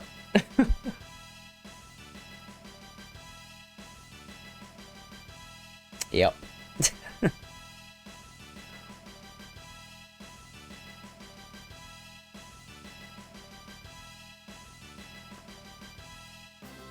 Alright, so we got through our mini boss gauntlet. So we basically do Sand Prince, Ice Queen, Sludge, back to back to back. And now we gotta go do Mountain Rock. So Mountain Rock is, whatever, we'll skip through those cutscenes. Mountain Rock is an easy-ish fight, but one of the slower fights because we literally only have Jupiter and Venus Gen. And we only have Jupiter... The only Jupiter summon we have is Procne. Which is... My pad fell on the ground. We only have Procne, which is not Thor. We deal a lot less damage with Procne than Thor. So we're basically killing Mountain Rock with Judgment, primarily. And Mountain Rock is resistant to Venus, of course. So it's quite a slow fight. It's a very manageable fight, but it's very slow. But to get there, we have to dodge a bunch of encounters. So what we're going to do is we're going to run out of here and then go to the bridge to the west of... what's that place called? Tep Ruins. Right next to where Furrow is. And we're going to clip off of that bridge. It's possible that we get an encounter in the overworld. So we need to be ready for that as well. So we want to get a Judgment primed so that we can blow up any encounter that we see in the overworld. And yeah, we just want to be ready, basically. So that's what we're going to do. We're going to run up to this thing here. We're going to stand by some Jin. And we're going to heal. And we have a Judgment set up. and we're good to go for the next bit. So it usually takes 2 Sun Saga cancels to get to the bridge, so we run out of Saha, run over here down to the second mountain, use the Sun Saga cancel, reset the step counter, keep going, get to the bridge, use the Sun Saga cancel. I actually pushed it a little bit more than I should have there, but that's fine. And now we're going to do a technique that Reg found that allows you to basically clip off this bridge. It's unusual because this isn't a bridge clip. It's kind of like a seam clip, where like we're kind of walking through some faulty geometry. We're basically consistently swiveling Matthew through a piece of geometry that allows him to kind of clip into a geometric seam, and then allows him to like walk out of the bridge. That replaces a highly technical skip that required a lot of setup, so it's generally a pretty good thing. And then, of course, we activate the no clip, get no clip, go up, get into this cutscene. Once you get no clip, you can do a lot of things. So, Talon Peak is notorious for encounters. Basically, you are very, like, 3/8 of the encounters have griffins, and griffins are incredibly slow to deal with. And you have the possibility of getting up to 3 encounters in Talon Peak. It is truly awful. Griffins lose like 30 seconds if you get them. You can see I'm only 30 seconds ahead. Like getting a griffin encounter now would be all my lead gone. So yeah, this has been driving me crazy because I get terrible Talon Peaks. I'm like one of the worst Talon Peak people in the community. I feel like I always get encounters. So me and Reg have been working on some really dark arts in this game, and I was looking at RNG manips in this game, and we found that yes, you can do RNG manips in this game, but their practicality is incredibly limited. In fact, there's only 3 places in the game where they're really useful. This is one of them. I found a manip that allows me to get through all of Talon Peak without an encounter. All of it. The only problem is it's frame perfect. Frame perfect at 30 FPS, mind you. So it's not 60, it's 30. And I got this down to about 80% consistent. So if I get the frame... If I get the frame, everything's great. If I don't get the frame, I'm very sad. So at this point, if I get an encounter before here, I haven't got the frame. I am fairly confident I got the frame at this point. I cast Douse. Douse advances the RNG by a certain amount. And if I enter Talon Peak correctly with everything... If I've done everything else correctly, I now have a rate 190, which is one of the lowest possible rates you can get in the game. Rate 190 is enough to get me through all of Talon Peak in one go. Well, at least this room in one go. And then coincidentally, all of these synergy actions here, they're advancing RNG as well. So if I miss a synergy, that's terrible and my RNG manip is broken. But all of these are advancing the RNG as well. But they also advance things in such a way that the RNG is aligned for the next room to also not give me the encounter. So yeah, that is one of the newest things incorporated into this run. The first time this has actually been in a run. Second time this has been in a run, I should say. First time I've finished a run with it in it.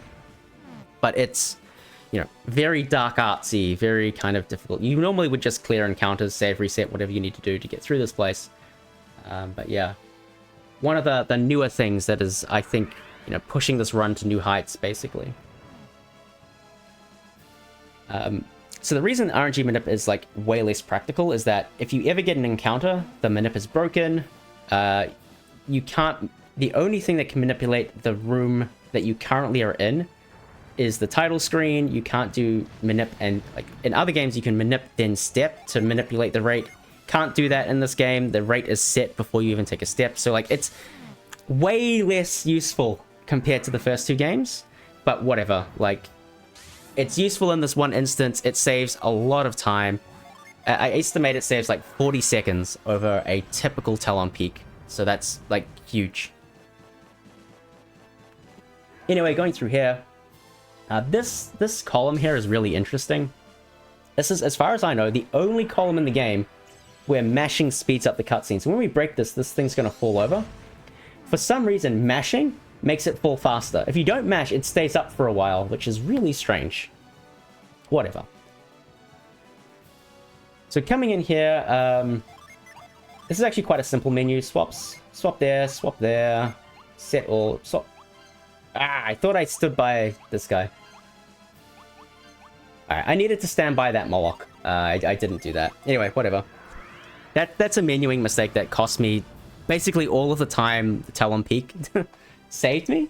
But yeah. I should have stood by moloch there, and that would have allowed Karis to do the strat, but whatever. The strat that we've worked up for Mountain Rock is actually really cool. Mountain Rock only gets 2 actions, and the first action, if it's a if it's Stone Malt, then we have Karis set up in such a way that she slaps the Mountain Rock immediately out of it, which is really cool. Reg came up with this strat. It's really quite good. A good improvement over the strat we had before, at least. I mean, it doesn't save time, but it adds a lot of consistency, basically. Good strat, nonetheless. Unfortunately, I can't do it because I didn't stand by that moloch. But yeah. The whole idea is that we're basically doing a courthouse strat.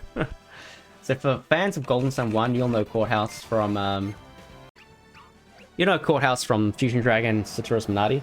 We're basically doing that interwoven with some Jupiter shenanigans. So we're basically doing Judgment. Now, this should be Prockney, but it's Atlanta. Ground and Arid. Get the Judgment off, get the Atalanta off. It should be Prockney. If it was Prockney, it would kill, whatever. I'm illustrating the core concept of this fight at this point, because it's kind of off script. Now we reprime all of our Djinn, so Matthew is going to use a protective Djinn. In this case, Granite, could be Bark, doesn't really matter. Slap, synergy across the board. So this is the turn where if it used Stone Malt, I would have been really sad because my strat would not have worked. But yeah. We don't get punished, thankfully. This is where Karis should underspeed if she doesn't have a Moloch on her. That's okay. We get attack, so that's all good. So now everybody uses their favorite Djinn of choice. So they use Garland, Ground, and Sap. For some reason, Mountain Rock only has 1 action, so Ground is just, like, amazing. Like, why this only has 1 action, I'll never know. Like, it really should have 2. And now we prime a Jupiter summon.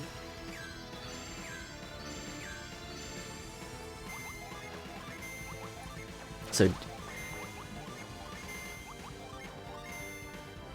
Karis is preparing for a Judgment on the next turn.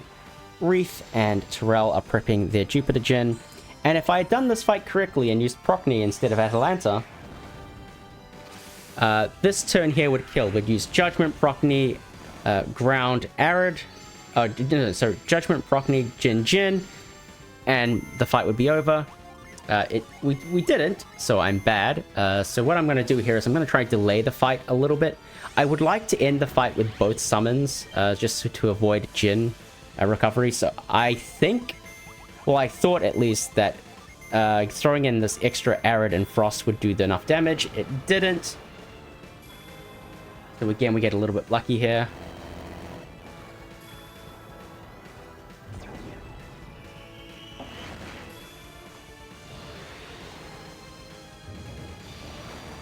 Yeah, a little bit lucky.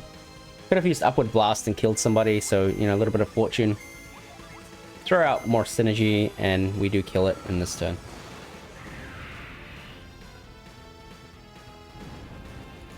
But yeah, bit of a shame. That's a fairly hefty mistake. So that basically all the time we saved from getting that frame perfect RNG minute, we basically just threw away through those 2 extra turns.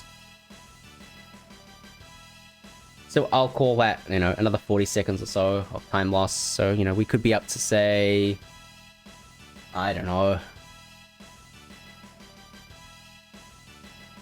minute 10 or so of time loss. Of reasonable time loss, I should say. yeah, we still save time with a PB even with that mistake. So, I mean, that's just how things are. Anyway, okay. So now we have Betrayal skip. If you know the lore of this game, once we get to the magma orb, these guys betray us and steal the orb and run away. We're going to skip that. And we're going to pick up 3 magma shards. That's 1. That is 2. And that is 3. And then we're going to do another minute clip. Because the way the bird falls, it's actually created a very, very slight acute angle. And we can, a very slight acute angle through like this wing and this ground. And that allows us to clip out. And yeah, even though this is like covered up and broken, if you just walk near where the chute should be, there should be a chute here. Once we hit the chute, we'll just fall down. So that's just like quite convenient that the way that this is structured. Otherwise, there'd be no way out of here. This area, you can't use retreat. It won't let you climb down the mountain. So yeah, very convenient that it all works out that way. Retreat back to the start, and on we go back to Balinsk.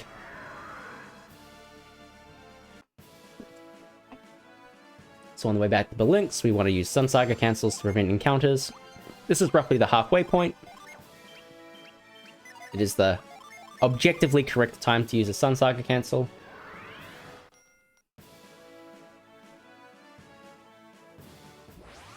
Except we get destroyed by Rate. This encounter is one of the worst encounters we can get. Why? Because we can't run away from it. These guys are like level... I forget exactly how high they are. 20, mid-20s, high 20s or something? I don't know, they're like mid-20s, like 23, 24. Running away from it is slower than just clearing it. But either way, it's a slow fight. It loses like 30 seconds or something to get that encounter. It's really, really, really slow. And it was very, very unlucky to get that rate. If we got the encounter in the overworld after that sequence, we would have run away from it because we actually have like 50% odds to run away from it. Whereas that encounter, we have like 20 or something. It's like really not good. So yeah, bit unfortunate to see that encounter, but that's life. So because we didn't get the Elfin Shirt earlier, we pick up Teardrop. This is a Teardrop route. Teardrop is not going to live very long. Teardrop will immediately be turned into a Moloch. That gives us a total of 5 Molochs in this route, whereas the Elfin Shirt route only gets 4. Again, the Moloch is literally only needed for Reef to outspeed the Chaos Chimera, so it's a very, very, very particular use case. It's literally just the Chaos Chimera fight. So usually 2 Sun Saga cancels over to Balinsk. Over here and above the steps that we just came from have higher encounter rates. So I just like to reset when transitioning over those boundaries. I just feel like that gives you the best odds. But whatever. So Balinsk. If you've played this game normally, you know you normally need to go around and do the Arangora Prelude and yada yada yada. We don't care about that. We can get into Balinsk Ruins another way. So we could minute clip. If you look up at the top left, there's a lamppost up here. We could clip off of this, get out of bounds, run down, and enter through here. And we could enter Balinsk Ruins this way. However, that is slow. We're going to go a much faster way. One of the consequences of doing the Betrayal skip is that Ho, Zan, and Ryoko do not take the Slap Glove off of us. So we still have Slap. So we can meander on over down here, and I'm sure when you came here initially in your casual playthrough, you're like, damn, what is this silly little nose thing doing here? I wish we had Slap. Well, what if you did have Slap? Turns out this is a fully functional door. Casually, you're never meant to interact with this, but hey, you can do it. Moreover, you're casually never supposed to interact with this. Here's Moloch, here's Teardrop immediately being turned into a Moloch, and here's us using a Magma Shard on this thing here. There is no reason why this should work. You should never be in a position where you have a Magma Shard that works on that pedestal. Never. However, if you do get here with a Magma Shard and use it, it works as expected, which is incredible. Like, it's incredible that actually works. And it allows us to do all of this, which is fantastic. And now we get Sveta. We'll skip through Sveta's joining cutscene because it's slow. So we get Sveta. We need to stand by all our gen to prepare for Chasm, which we definitely want to get. Do a little bit of a menu swap. Bong, bong, bong. And then we retreat. Because for some reason, they didn't disable retreat here. Normally, you're supposed to walk through this door, get a cutscene, and run down. It's not a very long cutscene, admittedly, but it is faster to cast retreat and end up here and come back through the dungeon again. Again, completely unexpected because, again, you're not supposed to ever come through this way. But this would work even if you came through the other end. The caveat being that the other end takes a lot longer to get to Sveta. So it would actually be slower and it'd be faster to just take the cutscene. But anyway, the way this works out is that it's faster to skip the cutscene, retreat back to the entrance and do that. Extremely convenient. When you replace boring-ass cutscenes with actual gameplay, and the actual gameplay is faster, that is a big win. These puzzles are boring. Whatever, we skip through the puzzle. There's nothing interesting to say there, except that the guys turn up again even though we skipped them.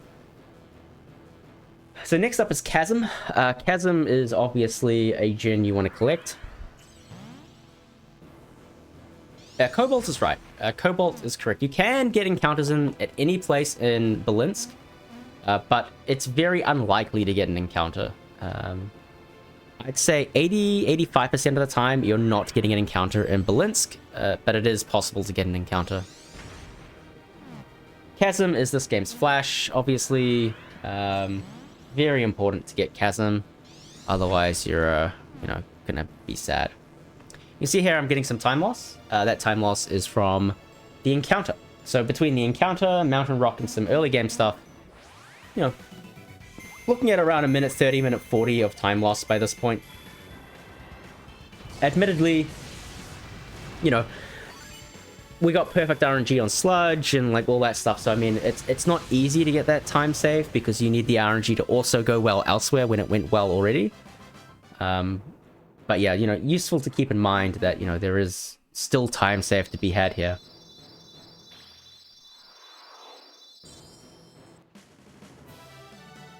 Yep, that's pretty much what I said, yeah. Something like that. Unfortunately, this run does get an encounter. Balinsk Ruins is quite boring. Like, we won't sit through all of this, I think.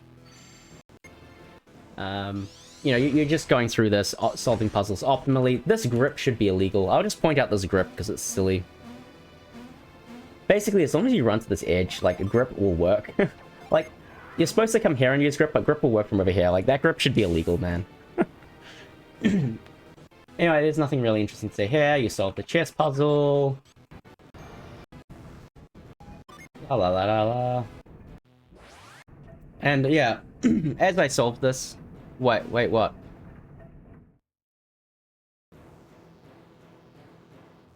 Anyway, as I come through here... Yeah, grip connects from there, yeah.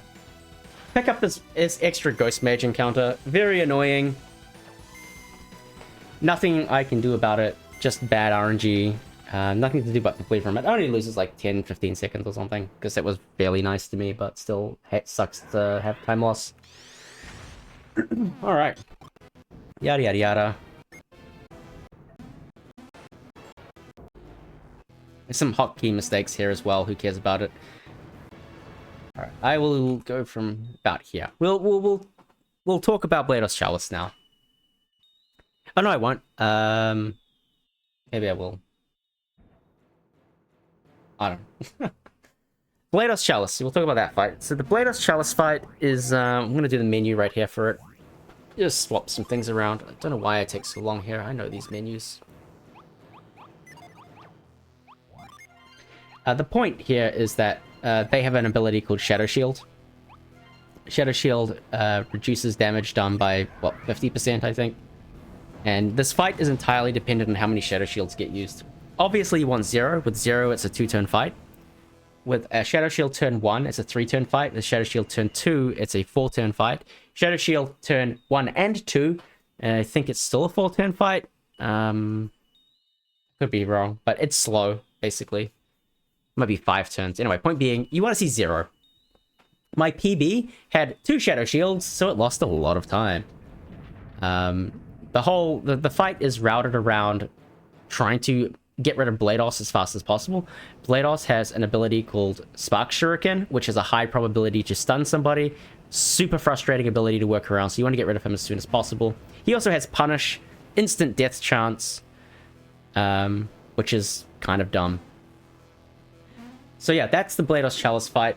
This is the second usage of the Glyph Book serving as Whirlwind. The caveat to the Glyph Book serving as Whirlwind is that it can't solve a synergy puzzle, so it can't be the last thing you use, but you can use it. It's very strange. So we come on the right side, so we do Douse, Whirlwind, Growth, Fireball. And we do things in such a way that we kind of like optimally set some hotkeys here. I think I do it correctly. I try to use Growth with Karis, that's why I did that menu earlier. So using Growth with Karis allows me to hotkey Whirlwind for later. So here's the Glyph Book. Using the Glyph Book because it's slightly faster to use it rather than Whirlwind. Set Whirlwind, move over to Growth, use that, and then Fireball from here with Terrell. And that's the optimal way to solve this puzzle. So yeah. Blados Chalice is a huge moment, so you basically play for 2.5 hours, and then the run can just die here because they give you bad RNG, and there's nothing you can do about it. I think, correct me if I'm wrong, Red, but I think the odds for Shadow Shield are 1 in 4? Like 1 in 4 per character. So on turn 1, there's a 25% chance because we ground Blados, and on turn 2, there is a 7 in 16 chance, whatever that is. Sounds like about 47%. 1 in 8, yeah. Okay, then even better. Even better odds. So 12.5% turn 1, and then 49 out of 64. 15 out of 64, so a shade under 25% on turn 2.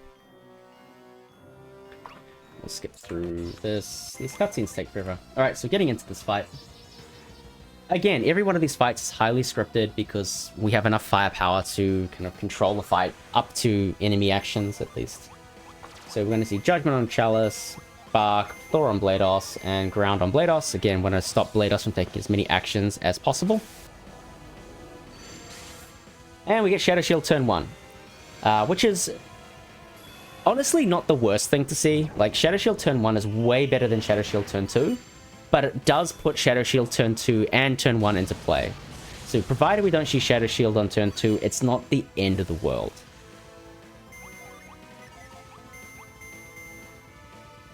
So you can see I'm already losing time, that's because of the Ghost Mage. So here, the way the strat works out now is that you focus everything on Blados, and because Reef now outspeeds Blados because of the extra Moloch, one of the advantages of the Teardrop route, as long as you don't see Shadow Shield, which we didn't, we actually can kill Blados on this turn, which is super, super impactful. So the Elven Shirt route actually can't do this because the Elven Shirt, unless you put the Elven Shirt on Reef, which you can do, I guess, but like the Teardrop route just naturally has this as an outcome. It's pretty cool. And now Chalice just dies because we can sap and ground her, so she can't use Shadow Shield. So it's a pretty clean up after things initially went quite badly. But yeah, between like just generally playing a bit cleaner and getting a cleaner Blados Chalice with better RNG and the Ghost being annoying, you know, we're losing like a minute compared to best. So interpret that as you will. Over a minute compared to best.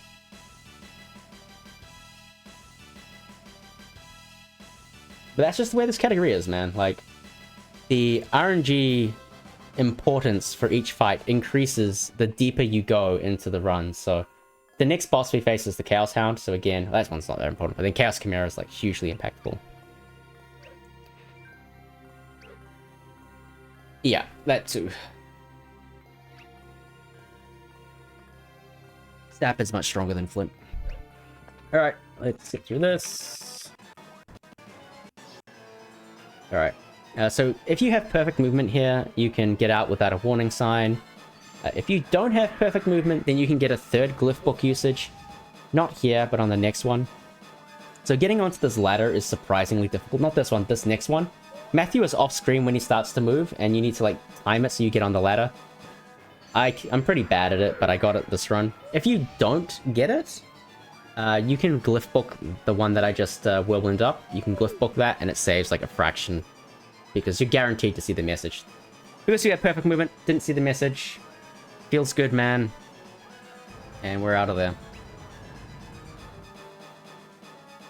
So this is a pretty slow split. Lots of cutscenes, but there is a trick.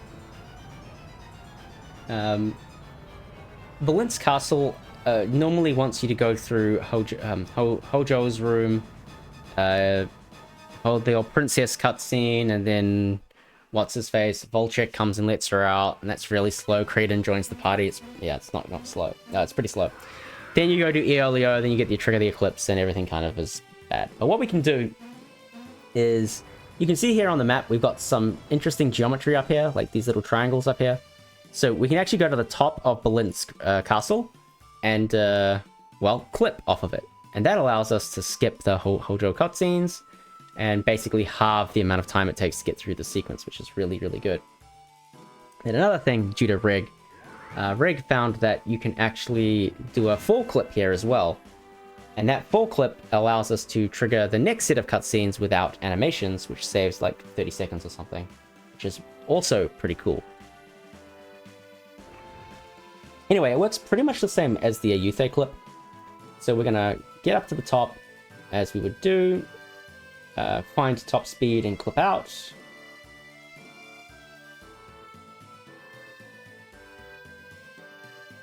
Just holding, and we're gonna hold this until we see Matthew's shadow disappear, as we normally do.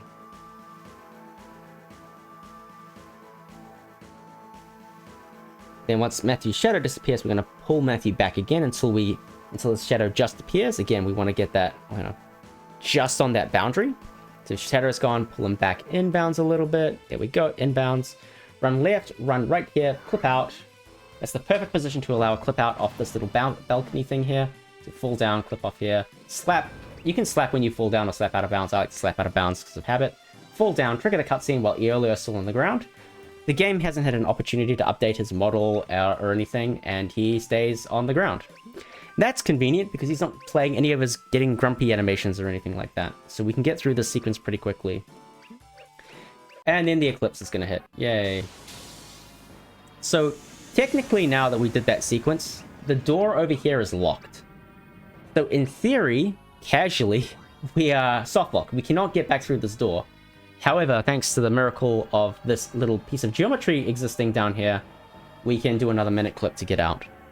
And so this actually is fast as well, because when you leave the castle, there is a cutscene that plays where Volchek's like, I'm gonna enter the opera house, aha, we're gonna storm the monsters, and like, Sveta gets really sad. And that cutscene takes a while. So even if the door was unlocked, we would still do this clip, because it skips the cutscene. So there's a lot of clips here that skips cutscenes, which is really nice. Like, the fast Balinsk stuff is pretty cool. Anyway, we're gonna head way over to the Scorpona fight before we enter the boat. Only thing we need to do is stand by all our Jin. I will remark one thing that I haven't spoken about yet. When I stand by all my Jin, these doubled molochs, the second moloch actually isn't affected when I do the menu. So this moloch is standby right now, but this one is set, even though it doesn't look like it. Reef has two molochs. This is a moloch, that's a moloch. This moloch is standby, this moloch is set. So basically, Matthew and Reef right now have the stat bonuses from one of the two molochs, which makes them faster than the Scorponas, which is just a bit of menu cleanliness, we'll say. You don't have to like set something else or do whatever, you just hit the button, stand by all, and we're all good to go. Let's get through this nonsense. Fight the Scorponas. They die to 2 tier 4s. I don't know if you can get away with using Thor with Matthew and Judgment with Reef. But you can certainly do a Judgment and Thor. I haven't done the calculation on it. Whatever, it's an input, who cares? Judgment is a slightly faster animation than Thor, so it's better than using 2 Thors, yada yada yada. Anyway, awesome. Somehow I saved 10 seconds on that split. I don't really know how I did it. Must have had fast clips or something. And we're basically done. Now we are free. We can get in the boat and sail away. So that's what we're gonna do. Skip, skip, skip, skip, skip, skip.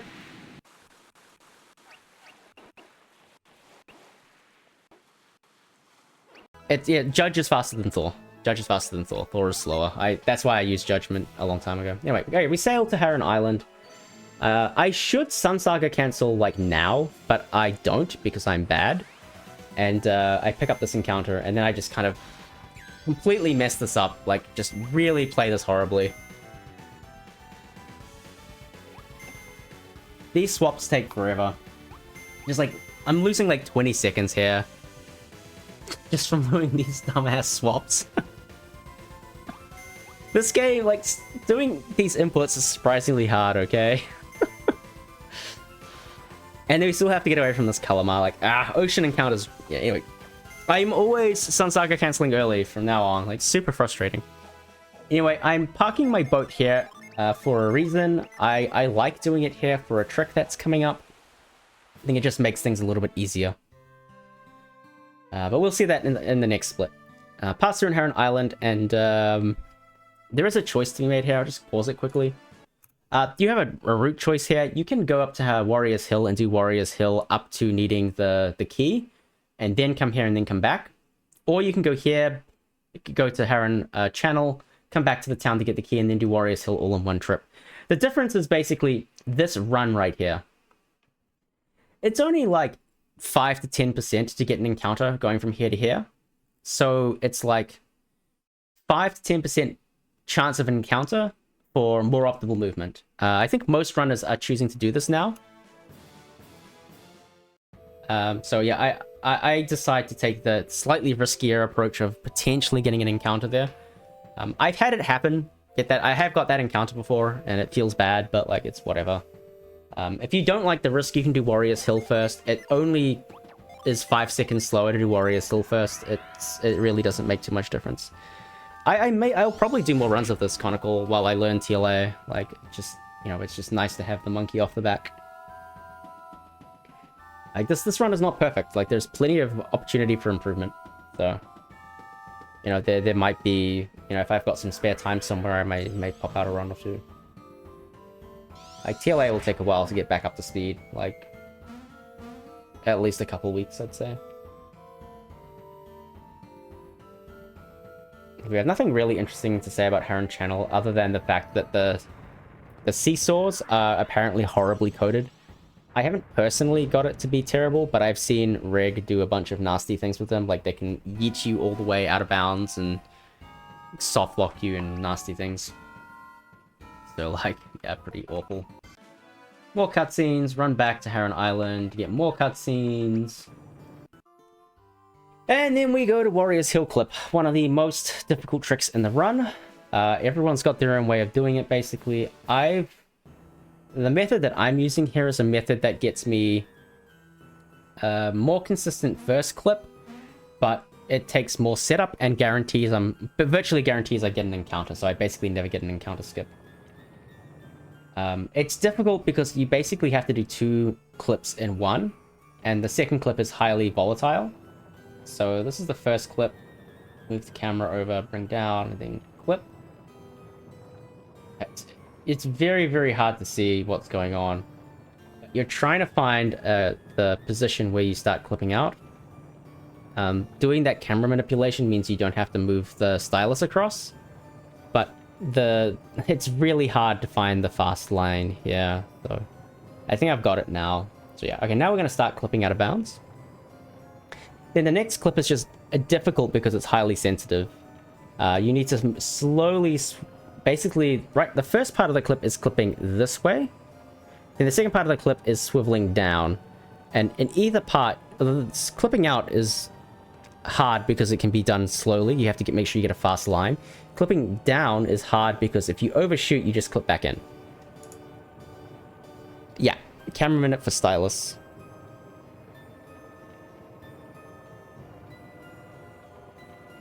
But like I said, it virtually guarantees you pick up an encounter.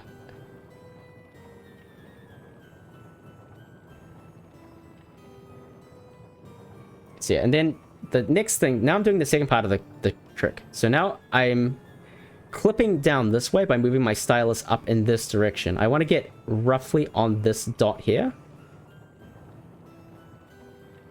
And it's frustrating because like you need to clip up enough and then move up a bit more, and that's what makes it difficult. You never quite know if you've clipped all the way you need to clip or if you've overshot or undershot. It's really quite finicky. But, you know, you get used to it, right? You get used to it. The top runners can usually get this without effort. There we go. So, pretty good. Pretty clean. Come on, Zaf. Don't be a jerk. So yeah, that's that encounter that I said we're basically guaranteed to get.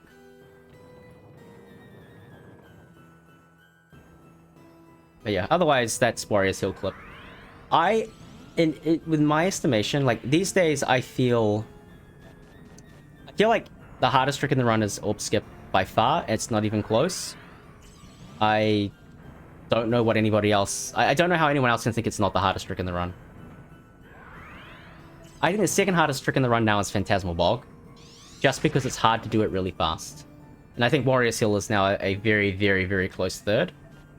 Just because I feel like the way I'm doing Warrior's Hill now is like fairly consistent.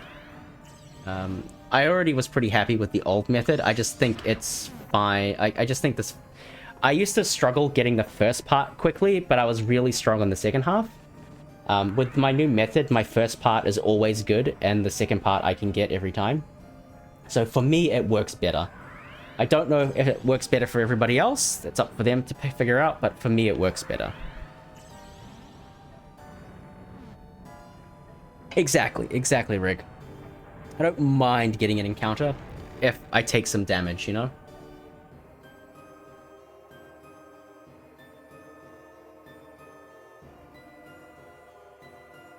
Yeah, I don't mind.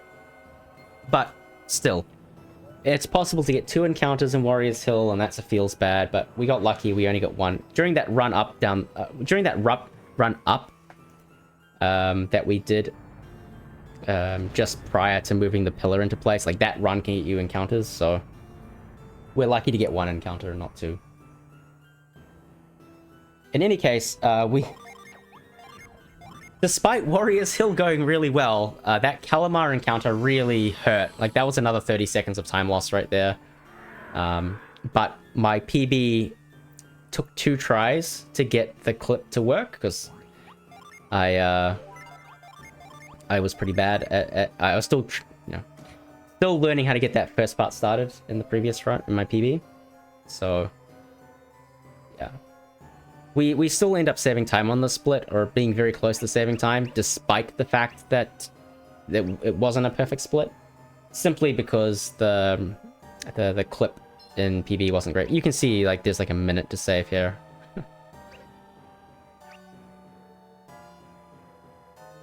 So yeah, this is another area where there's time save. So if you add this on, I think this is now about 240 minutes. Probably a bit more than that, actually. I mean, you can't take all of the time save because, like, encounter RNG is a thing. So, like, 30 seconds here is probably fair. 30, 40 seconds. So we're about 2 minutes 30 of total achievable time save left by this point. So, I mean, that's, that's pretty sizable. Like, it's surprising. Like, when you phrase it like that, it sounds like it's so easy to PB. But it's just that, like, when one thing goes wrong, it costs a lot of time. Here's a new trick. Basically, Val initially found that under some conditions, you can get Matthew to unload onto the water. So, kind of like this.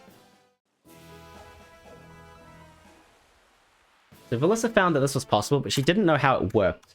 Then me and Reg kind of went at it for a while. I managed to get it a couple times. I sensed it's a Reg. We went back and forth on it. I think Reg originally found that basically the way this works is that the speed at which you go onto the boat is the speed at which you come out of the boat. So if you walk onto the boat as basically slow as possible, you can disembark right on the edge and then get out of bounds. So that was a neat little find. This saves like 12 seconds. Like 10 seconds, 12 seconds. It saves like nothing. It just saves Sun Saga cancelling and it adds consistency. Honestly, the consistency is more important than the time save, but the time save is certainly welcome. Like, even if it saved 0 seconds, but was more consistent, of course we'd take that. So yeah, that allows us to get to Tonfon without an encounter, and means we only have to do one sailing trip, one proper sailing trip with Sun Sagas and stuff. So we have to come to Tonfon first, because we need to get the Umbra gear. Coming here first is fast, because Yamata has one of the best bridge clip locations in the game, and it's a very convenient base of operations for the sets, for the set of stuff that comes next. So we come through this. This cutscene's actually faster without Himi. There's a bit here where Himi says says, hey, I'm Himi, or whatever. So we actually save a text box. I believe this is also where Europe is faster than America. I think there's like an extra text box in this part of the game as well. It's kind of silly. Not a big deal. Come around here and get the Umbra something or others. I don't remember what it is. Umbra gauntlets, I thought it was. Up here, in this chest up here, there's the Lord Sun's Ring. Lord Sun's Ring gives a sizable attack bonus, and importantly can be equipped during the Apollo Sanctum sequence. You can elect to get this ring and give it to Zveta, and it makes her very, very powerful during the Chaos Hound fight. And it can be useful to cover some ranges in Shadow Shield scenarios. But I just play assuming I'm never going to get Shadow Shielded and cry if I do, so I've stopped getting the ring. Some runners will get it, and that's completely fine. They're playing to minimize risk. I just think Shadow Shield is just, I don't care about it enough to play around it anymore.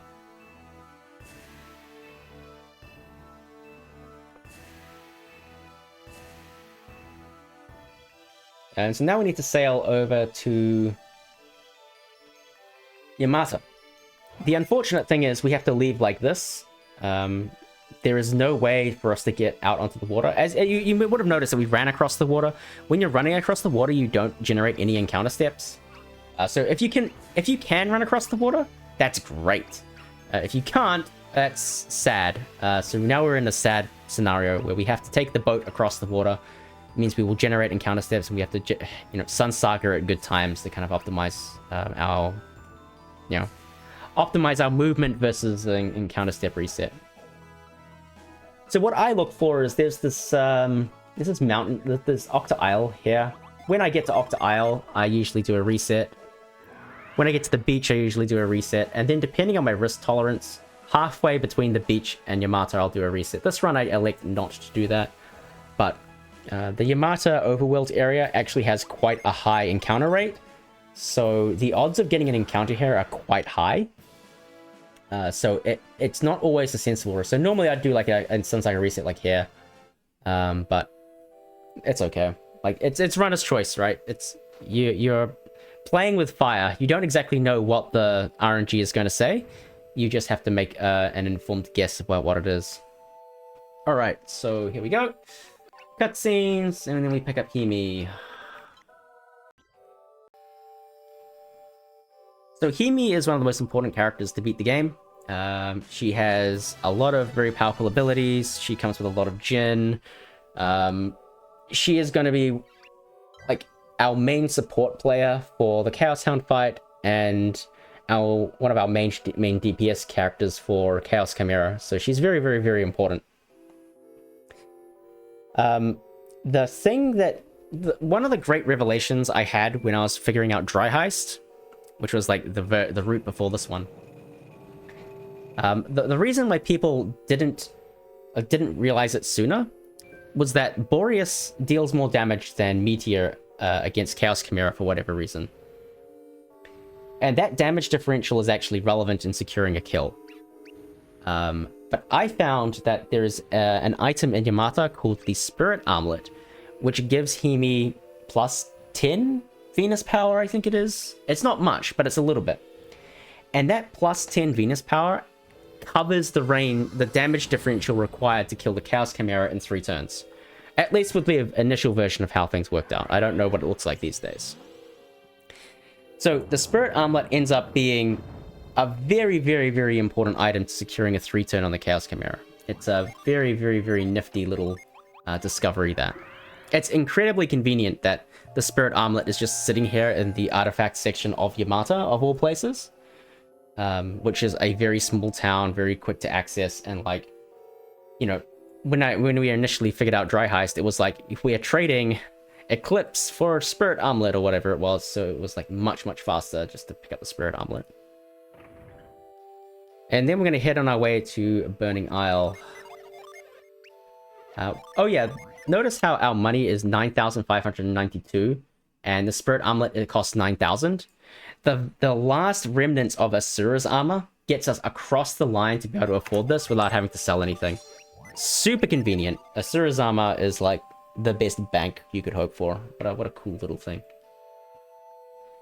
So now we have the Yamata bridge clip. This is one of the easiest ones in the game. You pretty much just like get into this corner and tap and you're out. It's like super free. It also makes for a really convenient base, because this next part of the game, we're going to hit Burning Isle down here, Gaia Falls up here, and then we're going to... I got to talk about this quickly. Going to hit Burning Isle down here, Gaia Falls up here, then we're going to head over to Apollo for the next step.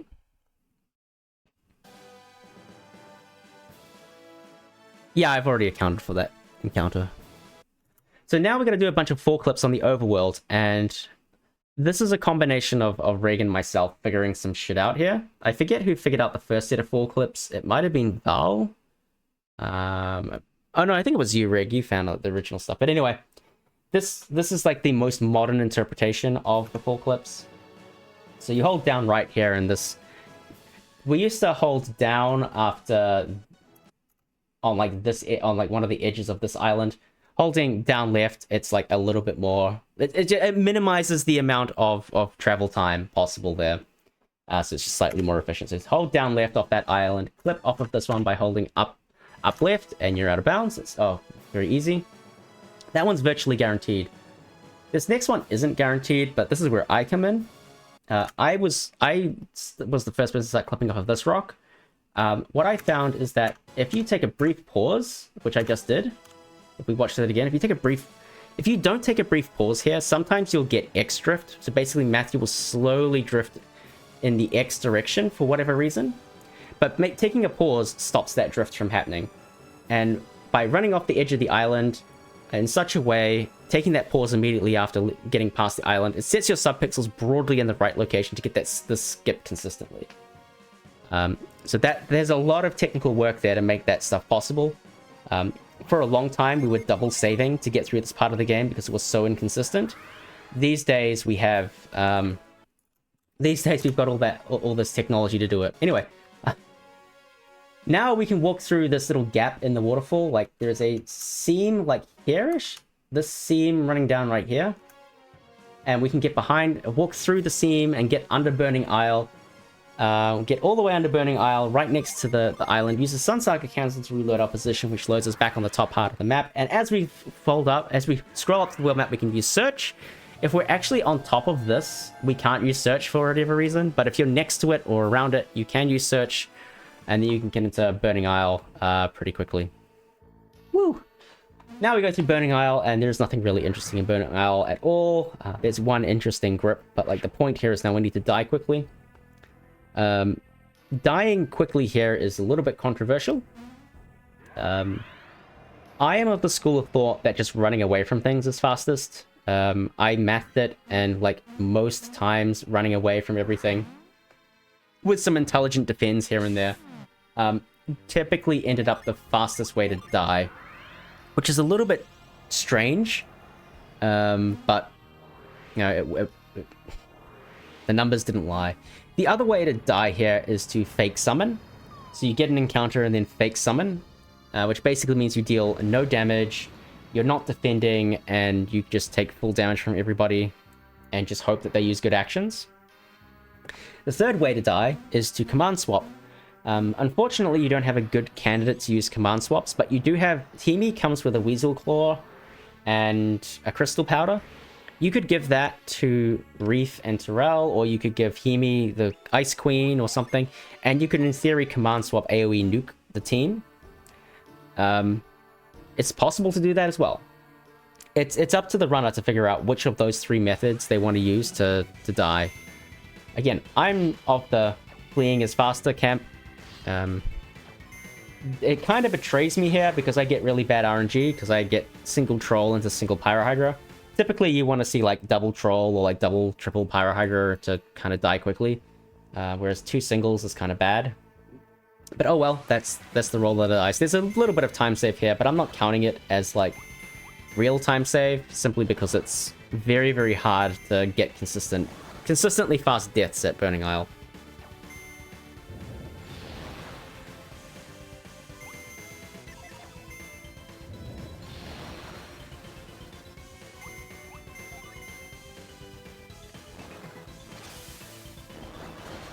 Yeah, single pyrohydra, not fast.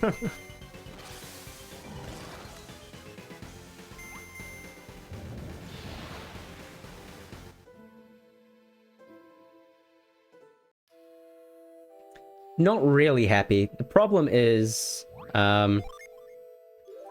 you need to set up for the strat in either way, right? And that setup time accounts against your strat, right? So if you had to set up and then just ended up fleeing, you've actually lost a bit of the advantage you actually would have had. So it's kind of not that straightforward. I did a little bit of a menu there. I put Matthew back in slot 1, plus did some in-game setup for the party order I want going into Apollo. The reason I do that is so that all of the Umbra gear goes to Matthew, and that just makes for a cleaner menu later on. We'll see that cleaner menu. There is a 1% chance to get an encounter before getting to this chest. I have had it before. It feels really bad and loses a minute. But yeah, it's possible. I mean, you can do that, right? But it incurs time to A, put the Weasel Claw on somebody and put the right thing on the right person to use the thing. Like, you absolutely can do that as a strategy. Like, you can. It is runner's choice. I think my position is a little bit controversial. I think a lot of people feel that command swap Ice Queen is probably the fastest thing to do. They might be right. I wasn't able to prove that it was fastest. Remember, command swap is a frame perfect trick, and it's not always particularly fast.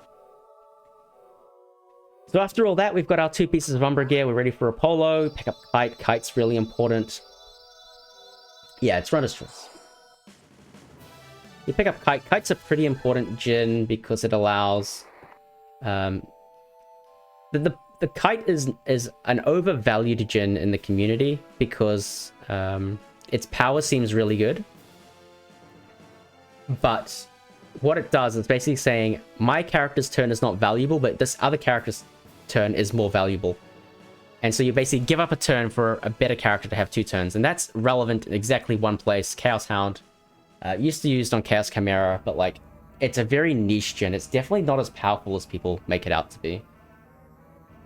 Anyway, we're off to Apollo, and Apollo is done pretty much the same way as Talon Peak is. We clip off the bridge, activate no clip, then enter Apollo. I believe he is learning Dark Dawn, yeah. So yeah, getting into position here was a bit slow, so lose a little bit of time here from bad positioning.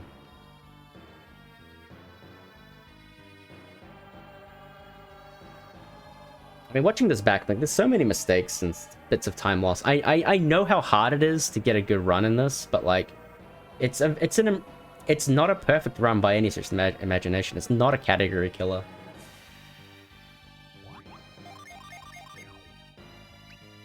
Clip out, reset step counter. That took much longer than it should have, but you know, that's life.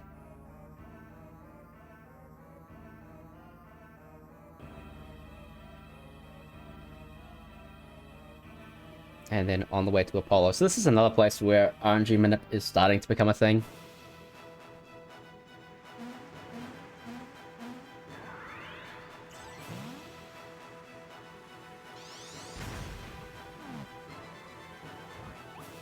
I am way less confident with hitting these RNG minutes, even though it's easier than the Talon Peak one. Only because I haven't put as much time into sciencing them as I have the other ones. What I'm trying to do is I'm trying to manip into a range of good seeds. Reg did a lot of work figuring these seeds out. So yeah, like, in theory, if I get the manip, I should be able to get to beyond the tree in the next room off of that reset. So that doesn't actually save any time, but in theory, it should be more consistent. And then you should be able to get through the next room with 2 resets. So one after the tree and one below the waterfall.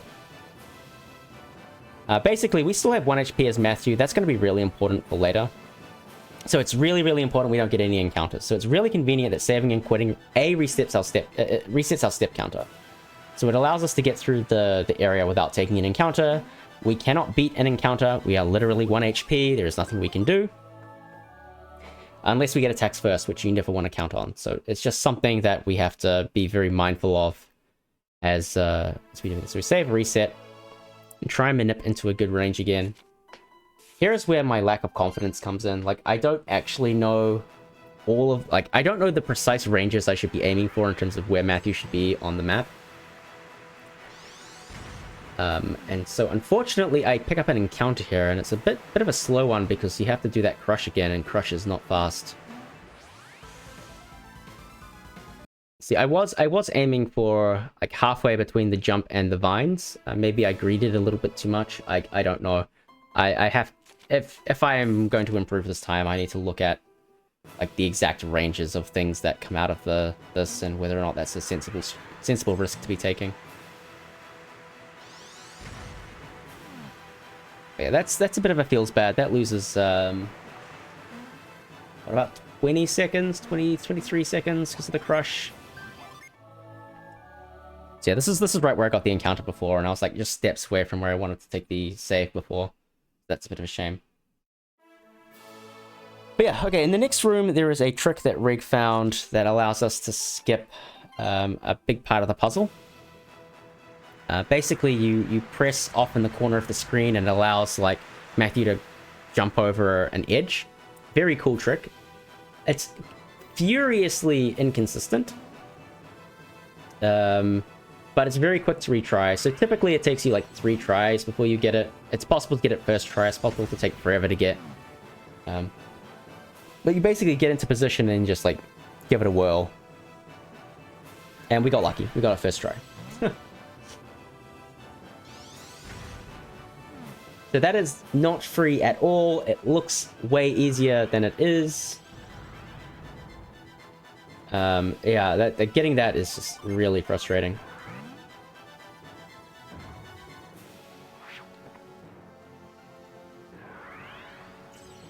Okay, so in the next room, we're going to do basically the same thing.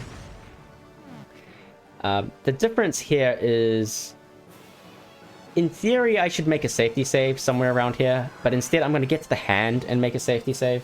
I'm going to make a save reset here. And then in theory, if you do the manip correctly, you should be able to get from here to the end of the room without an encounter. But I don't trust myself, so I will make a safety save at some point.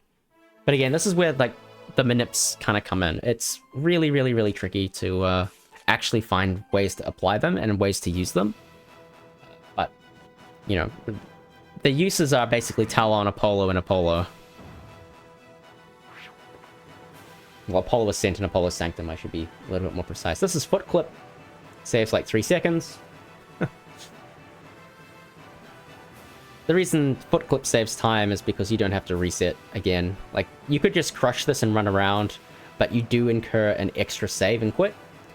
And, yeah, it's an extra save and quit.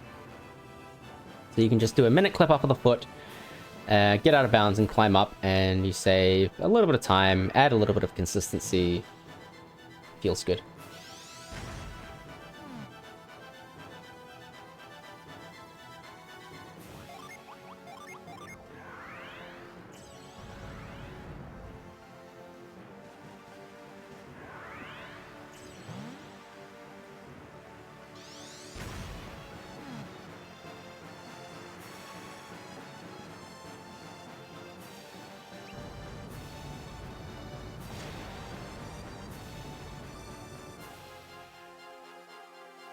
So there's a lot of no encounter area around here, by the way. So the first significant significant encounter zone is immediately after you use grip here.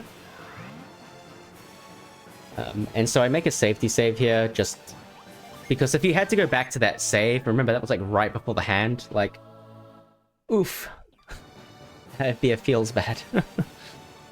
I didn't get the encounter, so I look like a fool, but like, the run was going so well that you don't want the run to die because of that, you know? It's just a practical choice. Alright, Skull Room. There is a double minute clip in this room. You can clip off of this edge over here. Then you fall down, then you can clip again around this block, and then run up here and just skip all of the puzzle. It's slower than just solving the puzzle normally, even with the slowest version of this puzzle. So nobody goes for it. But very cool to show off during a marathon or whatever, it's just fun. So this puzzle has two potential solutions. One of them asks you to do that loop. The other one makes you do... Oh, once we do this, makes you do this loop. And they're basically equivalent, except one of the paths has a more stringent location check than the other one. So going right is slower than going left, basically. The left one has basically no location check, so you can just run around the thing as like very, very loosely. Whereas the right path, this one here, actually has a very stringent check on this first corner, and only this first corner. So other than that one, you can pretty much ignore the line as much as you like, and it's completely fine. But yeah, the left side doesn't have that check, so the left one you can just ignore all of the indicators and just do the figure eight, and you're done. Very strange. Anyway, hit here, that sets the sanctum pointer to that room. That's going to be really relevant, because if you've been tracking our pieces of Umbra gear, you'll know that we're missing one piece of Umbra gear. So our job now is to head off to Snowdrift Shrine and pick up our last piece of Umbra gear. Setting that point as our sanctum pointer means we can death warp from Snowdrift all the way back to Apollo, which is a really, really, really clean piece of routing optimization, which saves a lot of time.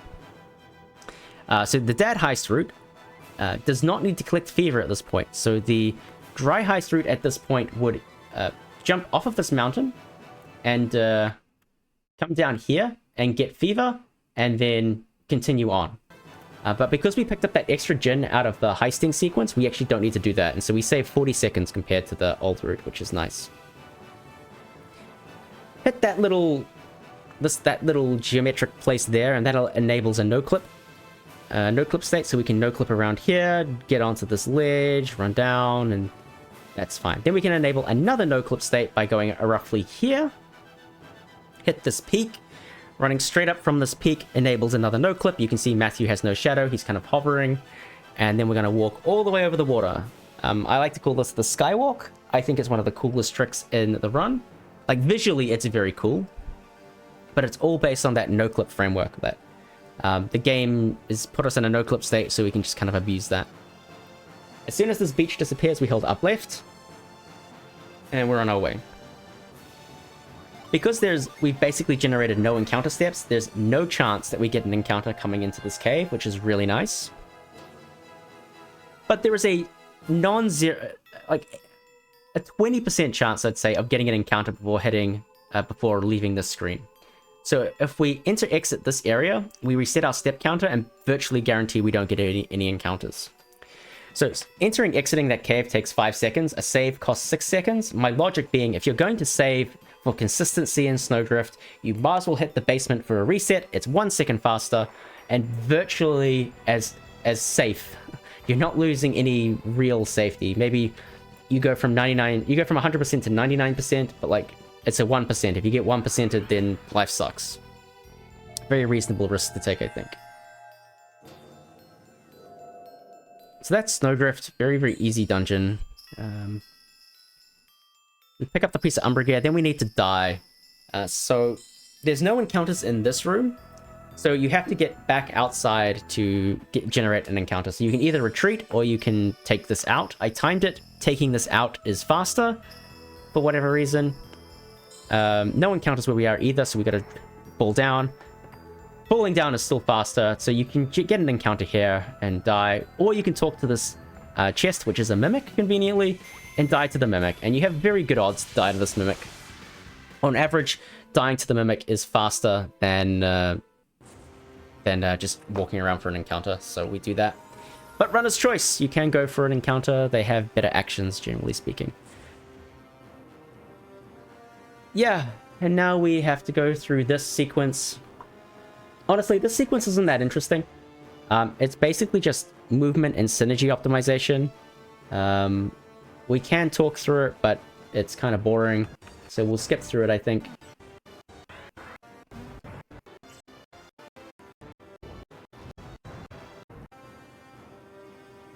I will go to the Venus wing, so we do actually need to pick up one more gen.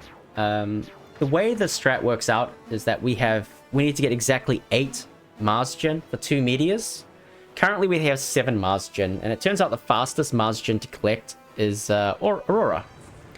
So the only Mars gen that we get in this run are Shine out of the heist. We get 5 from Eolio. And we get 2 from Hemi. 1 from Hemi. So 1 plus 5 plus 1 is 7. So the only Mars gen we actually have to go out of our way to collect is Aurora. And Aurora is like literally right here. So it's very convenient. There's a neat little sequence to get Aurora, so we'll just watch that. But Aurora is relevant. And that sets it up in a way that we have 2 Thors, 2 Meteors, and the potential for 3 Judgments if we cycle our gen correctly. And that combination of abilities, 3 Judgments, 2 Meteors, 2 Thors, is enough to kill the Chaos Chimera. And that is exactly why we do it this way. As with all fights, the Chaos Chimera is really precisely routed. It's very... Thank you, Chronicle. So you get hit by this arrow, which is kind of cute. Then you fall down here and you can get Aurora very quickly. And then you can get out of this area very quickly by using Retreat. Just kind of like nifty little tricks to get Aurora. I kind of like... This is a very satisfying gen collection sequence, so I'm glad this is still on the route. I'm glad Aurora is faster than Fever.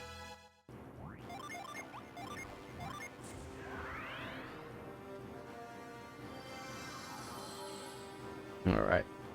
Then we do this sequence, which is kind of boring. And then we're on to Apollo. So, 2 things that we have to do here. We have to set up our gen, which basically consists of 3 swaps, because of the routing we've done basically minimizes the swaps throughout the run. So it's quite a simple menu. So, you know, that's just good routing to kind of make this as clean as possible. We also have to do a trick called Orb Skip. Orb Skip is, in my opinion, the hardest trick in the run. It's definitely the most precise trick in the run. You basically... When you place the orb, the blue orb, into the pedestal, temporarily, all of the collision is disabled. All of the, like, object collision is disabled. Like, boundaries and stuff still exist, but the objects, so like these pillars, these are objects overlaid onto the map. So temporarily, their collision is disabled for some reason. I actually found this glitch in, like, 2015, 2014 or something, and couldn't figure out why it happened. And it was only until Reg looked at it, like, last year that we actually found the trick. I was like, oh my god, this is amazing. It's actually just the act of putting the orb there disables the collision. Kind of crazy. Here's the swaps. I forget to stand by Gen on Karis, but it doesn't really matter. It just saves a little bit of time on Chaos Chimera, too. Stand by 3 Gen on Hemi for reasons that will become clear. Because my menu is clean, I can just spam A and give all of the equipment to Sveta. So this is, like, actually quite a useful thing, keeping the inventory clean to give all the stuff to Sveta, so I think that's kind of nice. So yeah, Orb Skip requires us to clip into a pillar while collision is disabled in a very precise angle and very precise direction, so that we can then clip out of the pillar in a very straightforward way, which then gets us out of bounds to where we can do a full clip. So my first attempt at this fails, so this is a very, very, very precise trick. I'll point out what I'm looking for, but, like, it's difficult. So here's attempt number 1.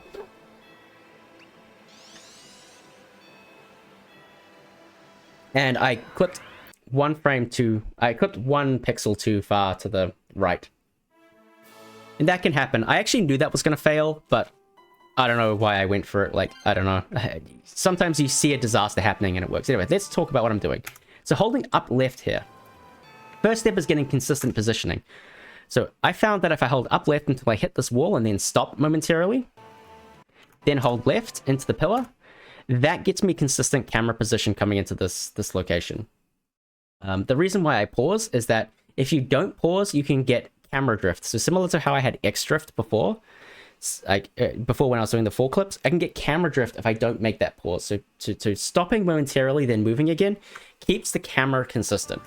That's really important because if you're going to use a visual cue, you kind of want the camera in the right place. Now I'm holding the stylus up here. You may not be able to notice it, but I'm holding the stylus up here. I'm trying to get the edge of the stylus to like shimmer on the edge of this pillar here.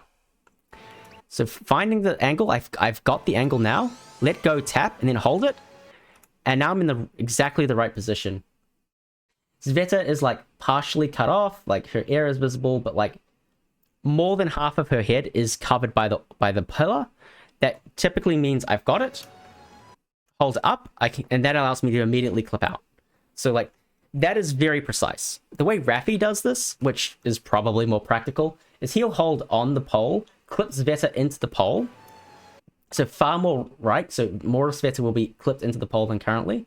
And then he'll click over here to kind of swivel Sveta across into this position and then get out.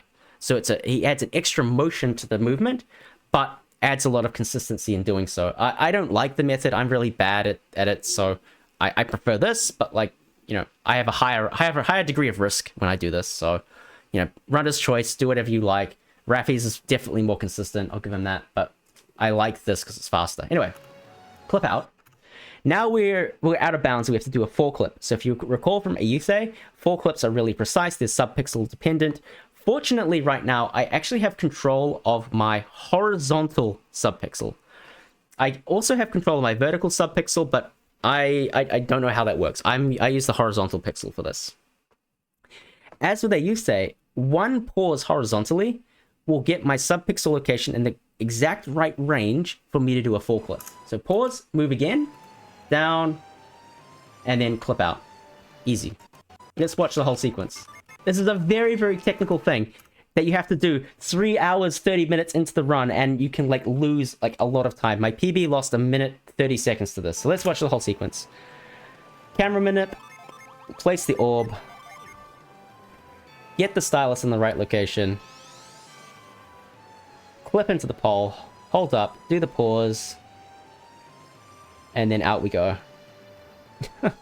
Crazy sequence. And that skips yellow orb, red orb, all the nonsense. Very, very, very cool thing. We used to have to do a minute clip off of the pillar, because you can do a minute clip off of the pillar.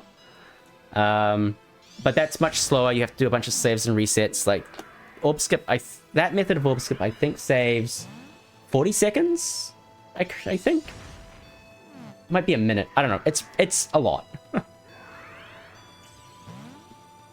But yeah, definitely, in my opinion, the hardest trick to do in a run, especially when you're doing it on pace, because you're nervous and you can't hold the angle precisely, so I don't know. It's a toughie. So one more trick. So this is grip skip. Legrand actually found this by accident during a run once. If you're in like the correct vertical pixel location, I'm 1 pixel too high here. If you're in the right vertical pixel location, for some reason, grip will connect with this pole. You have like the exact right Z coordinate to be able to interact with that pole, and you can do that. So that sucks. I failed the orb skip once, failed the grip once. Like, I think by this point, I've lost about 3 minutes of time, of achievable time save. So yeah, that is what it is.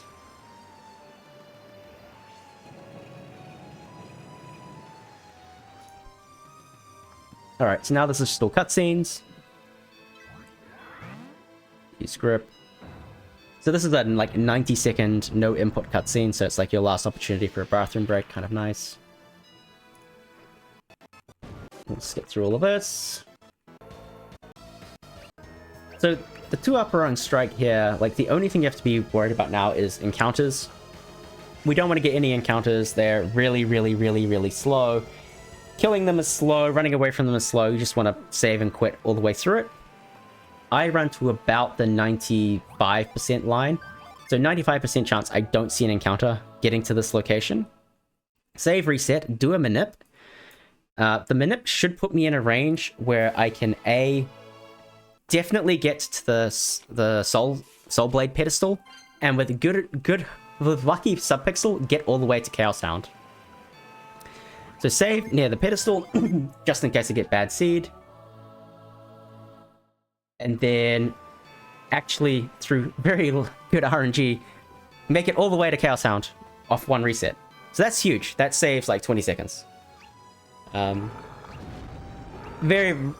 not a reliable 20 seconds. Like, the norm is to have to reset near the Soul Blade.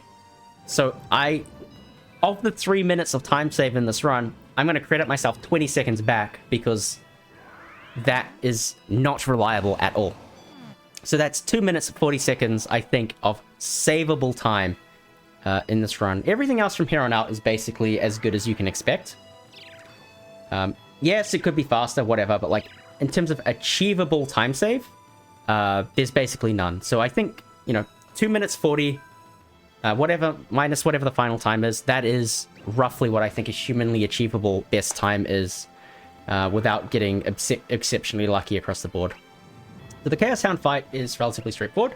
The idea is that we use abuse Sveta's beast form. In the menu that we did with the Umbra Gear, we put 2 molochs onto Sveta sequentially. So position 1 and position 2 are molochs.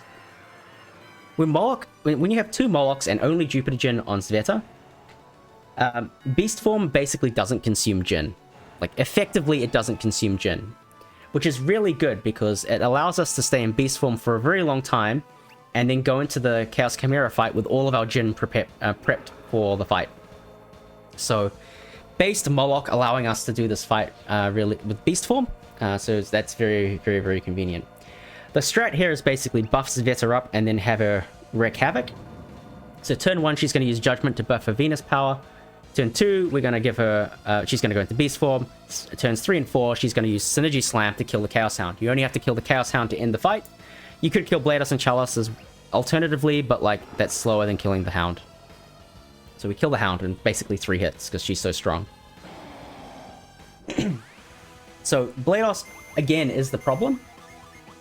So we're going to use Ground on Blados, just so we can't use Spark Shuriken, just so we can't use Punish.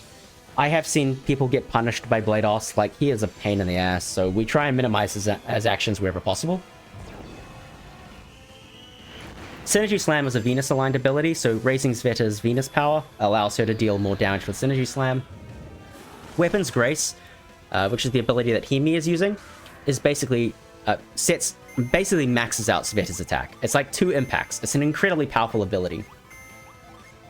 Clover, which is the gem we're using with Hemi, recovers our status. So if we do get stunned or venomed, in the case that Sveta has already got venomed, what we can do is use Clover, and Clover basically cleanses the party. It's like Tonic from Golden Sun 1, so very, very useful. And obviously we used Kite with Reef on Sveta.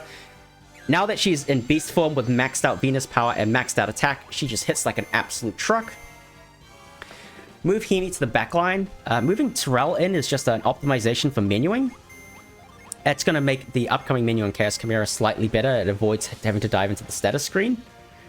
Again, grounding Blados wherever possible. And now you'll see the damage that Sveta puts out. She deals like 900 damage, like 948 damage in 1 hit. Absolutely insane.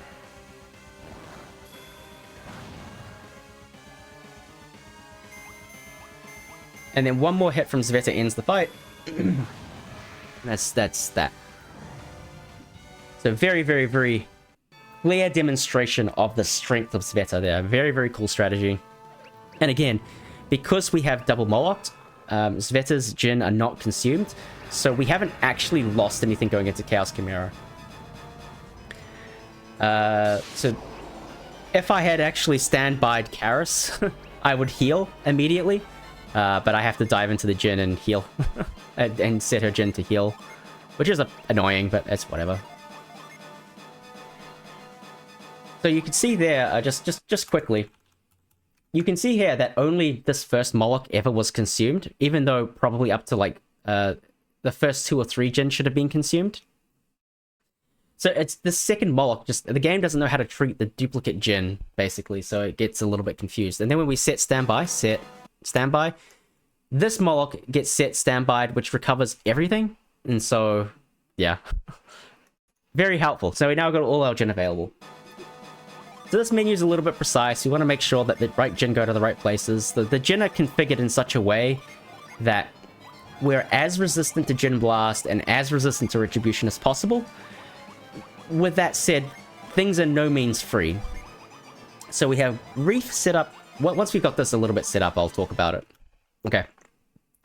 So we've got Reef set up as our ground user. So we'll eventually set all his... yeah, whatever. So Reef's Jinn are basically all set, except for this guy in the middle. He's going to be standby. Reef is the most important target to keep alive. Like, generally speaking, if Reef dies or gets Jinn blasted, it's dead. There are configurations where it's not dead, but generally speaking, Reef is the most important character to keep alive. Everybody else, I think there is a backup strat if everything else goes perfectly. So that's the advantage of using this teardrop strat. It's like, it gives you an enormous amount of flexibility when it comes to bad things happening. I think aside from Reef getting hit with something catastrophic, any singular bad action is recoverable, and there are a couple recoverable situations where there's 2 bad actions, but like, this is by no means a free fight. Getting 2 bad actions being Retribution proc, Jinn Blast, or Shadow Shield, they're very, very likely to happen. So, I mean, this fight, I think, is about 60% consistent, 65% consistent. I think with Alvin Shirt, it's about 50-55, coin flip, basically. It is a tricky thing. That's just to win the fight. Yeah, like, Blasted turn 2, but, like, what I'm saying is that, generally speaking, you don't want Reef to die. You don't want bad things to happen to Reef.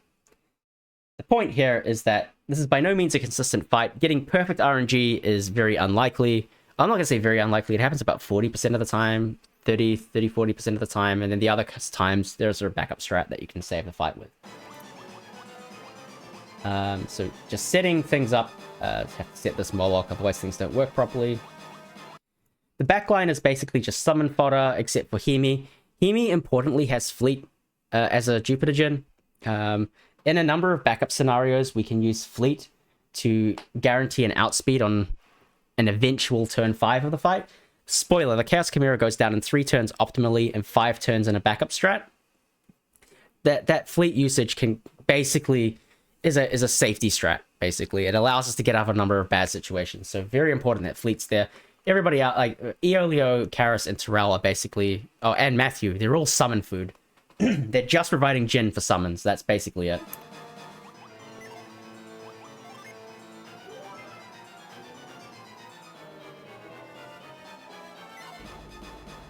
Alright, and we're set up and ready to go.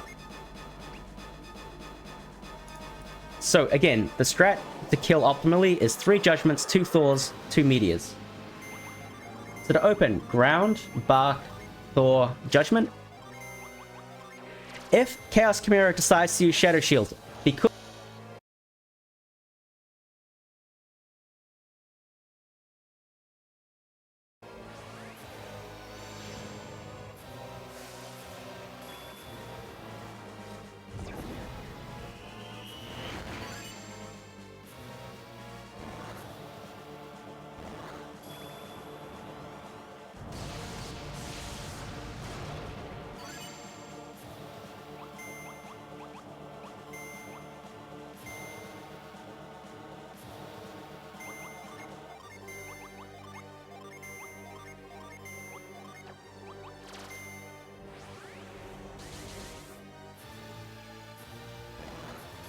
Oh my god, yeah, I was muted. I don't know how much got muted there. Where did you lose me?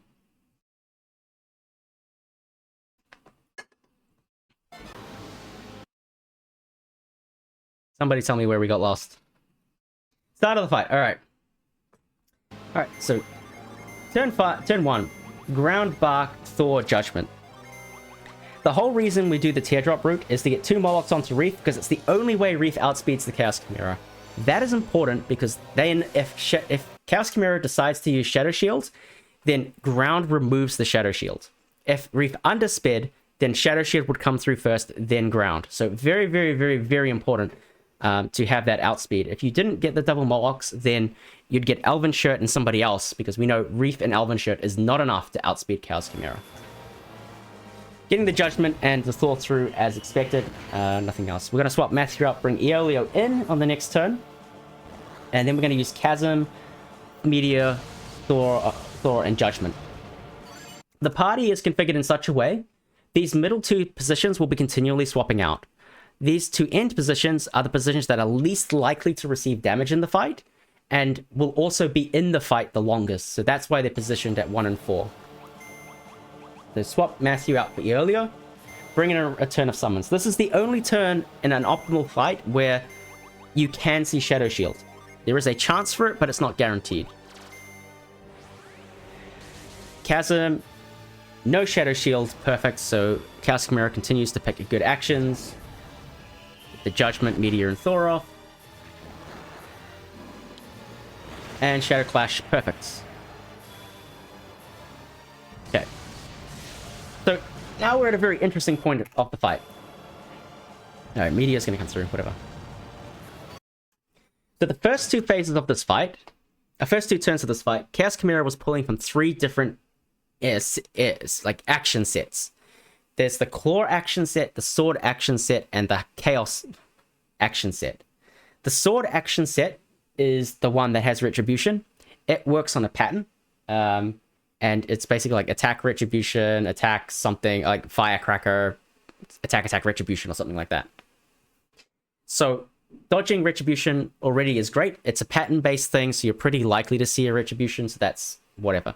The Core Arm, we don't care about. It has all the Chalice actions like Vicious Embrace and stuff. Typically speaking, not going to be relevant. Sometimes, some situations it can be bad, but it's like whatever. It's not really relevant. We don't really care about it.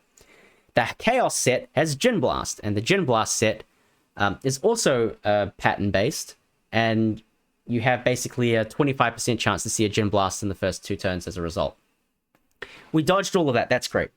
Once you get the Chaos Chimera below half HP, and by this point in the fight, on turn 3, we're below half HP. 2 things happen. First thing is HP recovery goes from 30 to 100. That is actually relevant in a number of backup strats, so not relevant for this fight, but relevant for later. And it introduces 2 new move pools into the thing. So it's got Chaos 2 and Chaos 3. So now it's got 5 move pools to pull from and 3 moves possible. So it randomly selects from the 5 move pools into the 3 slots. So if it pulled in the Sword Arm right now, I could see Retribution. That would be bad. If it pulls in the Chaos 1 set, I could see Gin Blast. In fact, I'd be guaranteed to see Gin Blast at this point. So, like, that's pretty terrible.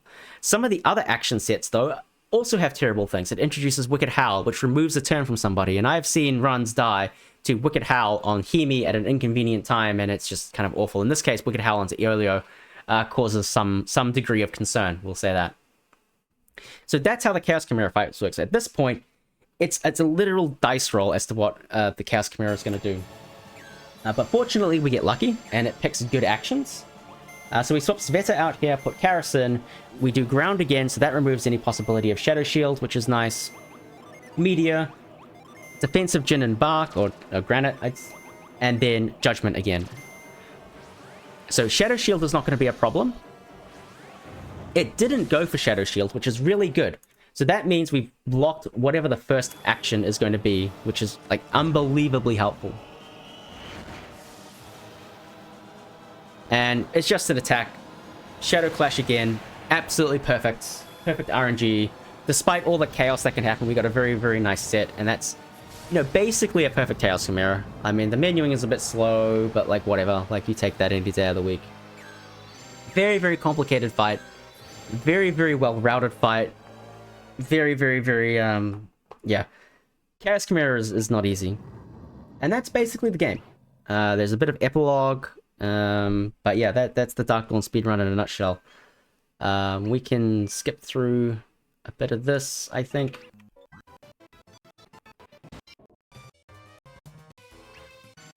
Yeah, timing is on Karis's last text box. So let's briefly recap for the sake of concluding. Huge shoutouts to Rignatrace for all of the work in sciencing this route with me. It's been a lot of effort from both of our behalves to kind of get this to where it needs to be. Big shoutouts to Raffi for pushing the Jin heist route so far. Shame that I beat it with Dad Heist, but I'm pretty sure the Dad Heist time save is less than the difference between our runs, so I feel like this run is better quality than his, accounting for the Dad Heist stuff, but I don't know, it's hard to say. But anyway, shoutouts to Raffi for being a huge competitor, and I'm sure he'll give this a crack. I'm sure he will. I hope not, but I'm sure he will. But yeah, shoutouts to Rig for all the work with this. Like, there's, you know, 2.5 minutes of reasonable time save that you can get left in this run. Not at all easy to get that, but it's possible. I may go for it. I don't know. I hope Raffi doesn't. I hope Raffi sticks to TLA, and then I can stay in TLA. I mean, Dad Heist was always known. It's mostly found Command Swap. Command Swap changed the game. Dad Heist was only ever faster with Command Swap.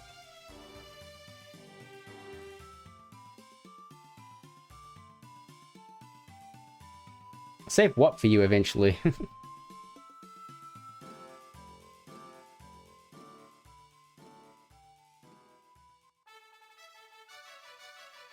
Oh, Jesus.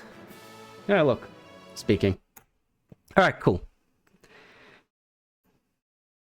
I don't know, man. I don't know about that.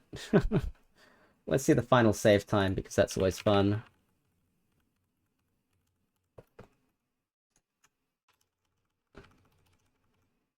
3:42. Pretty good.